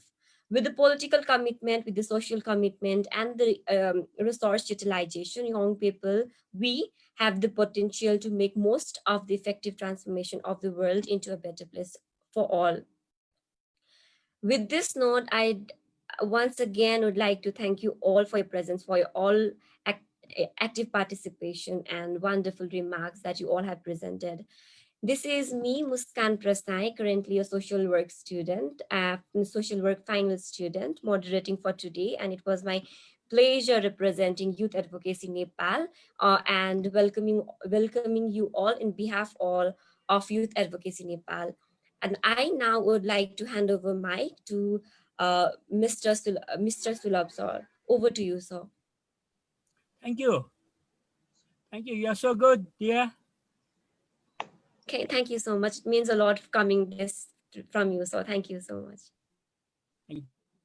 Thank you, Muskan. Thank you so much. It was well moderated, and thank you so much for bringing everybody together and sharing everybody insight and concluding the program. Actually, the UNV's country coordinator was supposed to deliver the closing remarks, but she could also not join. I just wanted to let everyone know that thank you so much once again, and I would like to thank you and in this program now. You all have a very good day, whoever are in abroad, and good night to the meeting participants. And thank you so much. We have come to the end. Thank you. Bye-bye. Bye-bye. Thank you so much, everyone. We can stay connected from our Facebook page, Youth Advocacy Nepal, and again meet in amazing program like this as well. Thank you so much for listening to us and having present to our program. Thank you all. It was nice meeting to you all. Now the meeting, our session is over. Thank you all. Bye. Good evening, good night, good morning, and good day. Okay.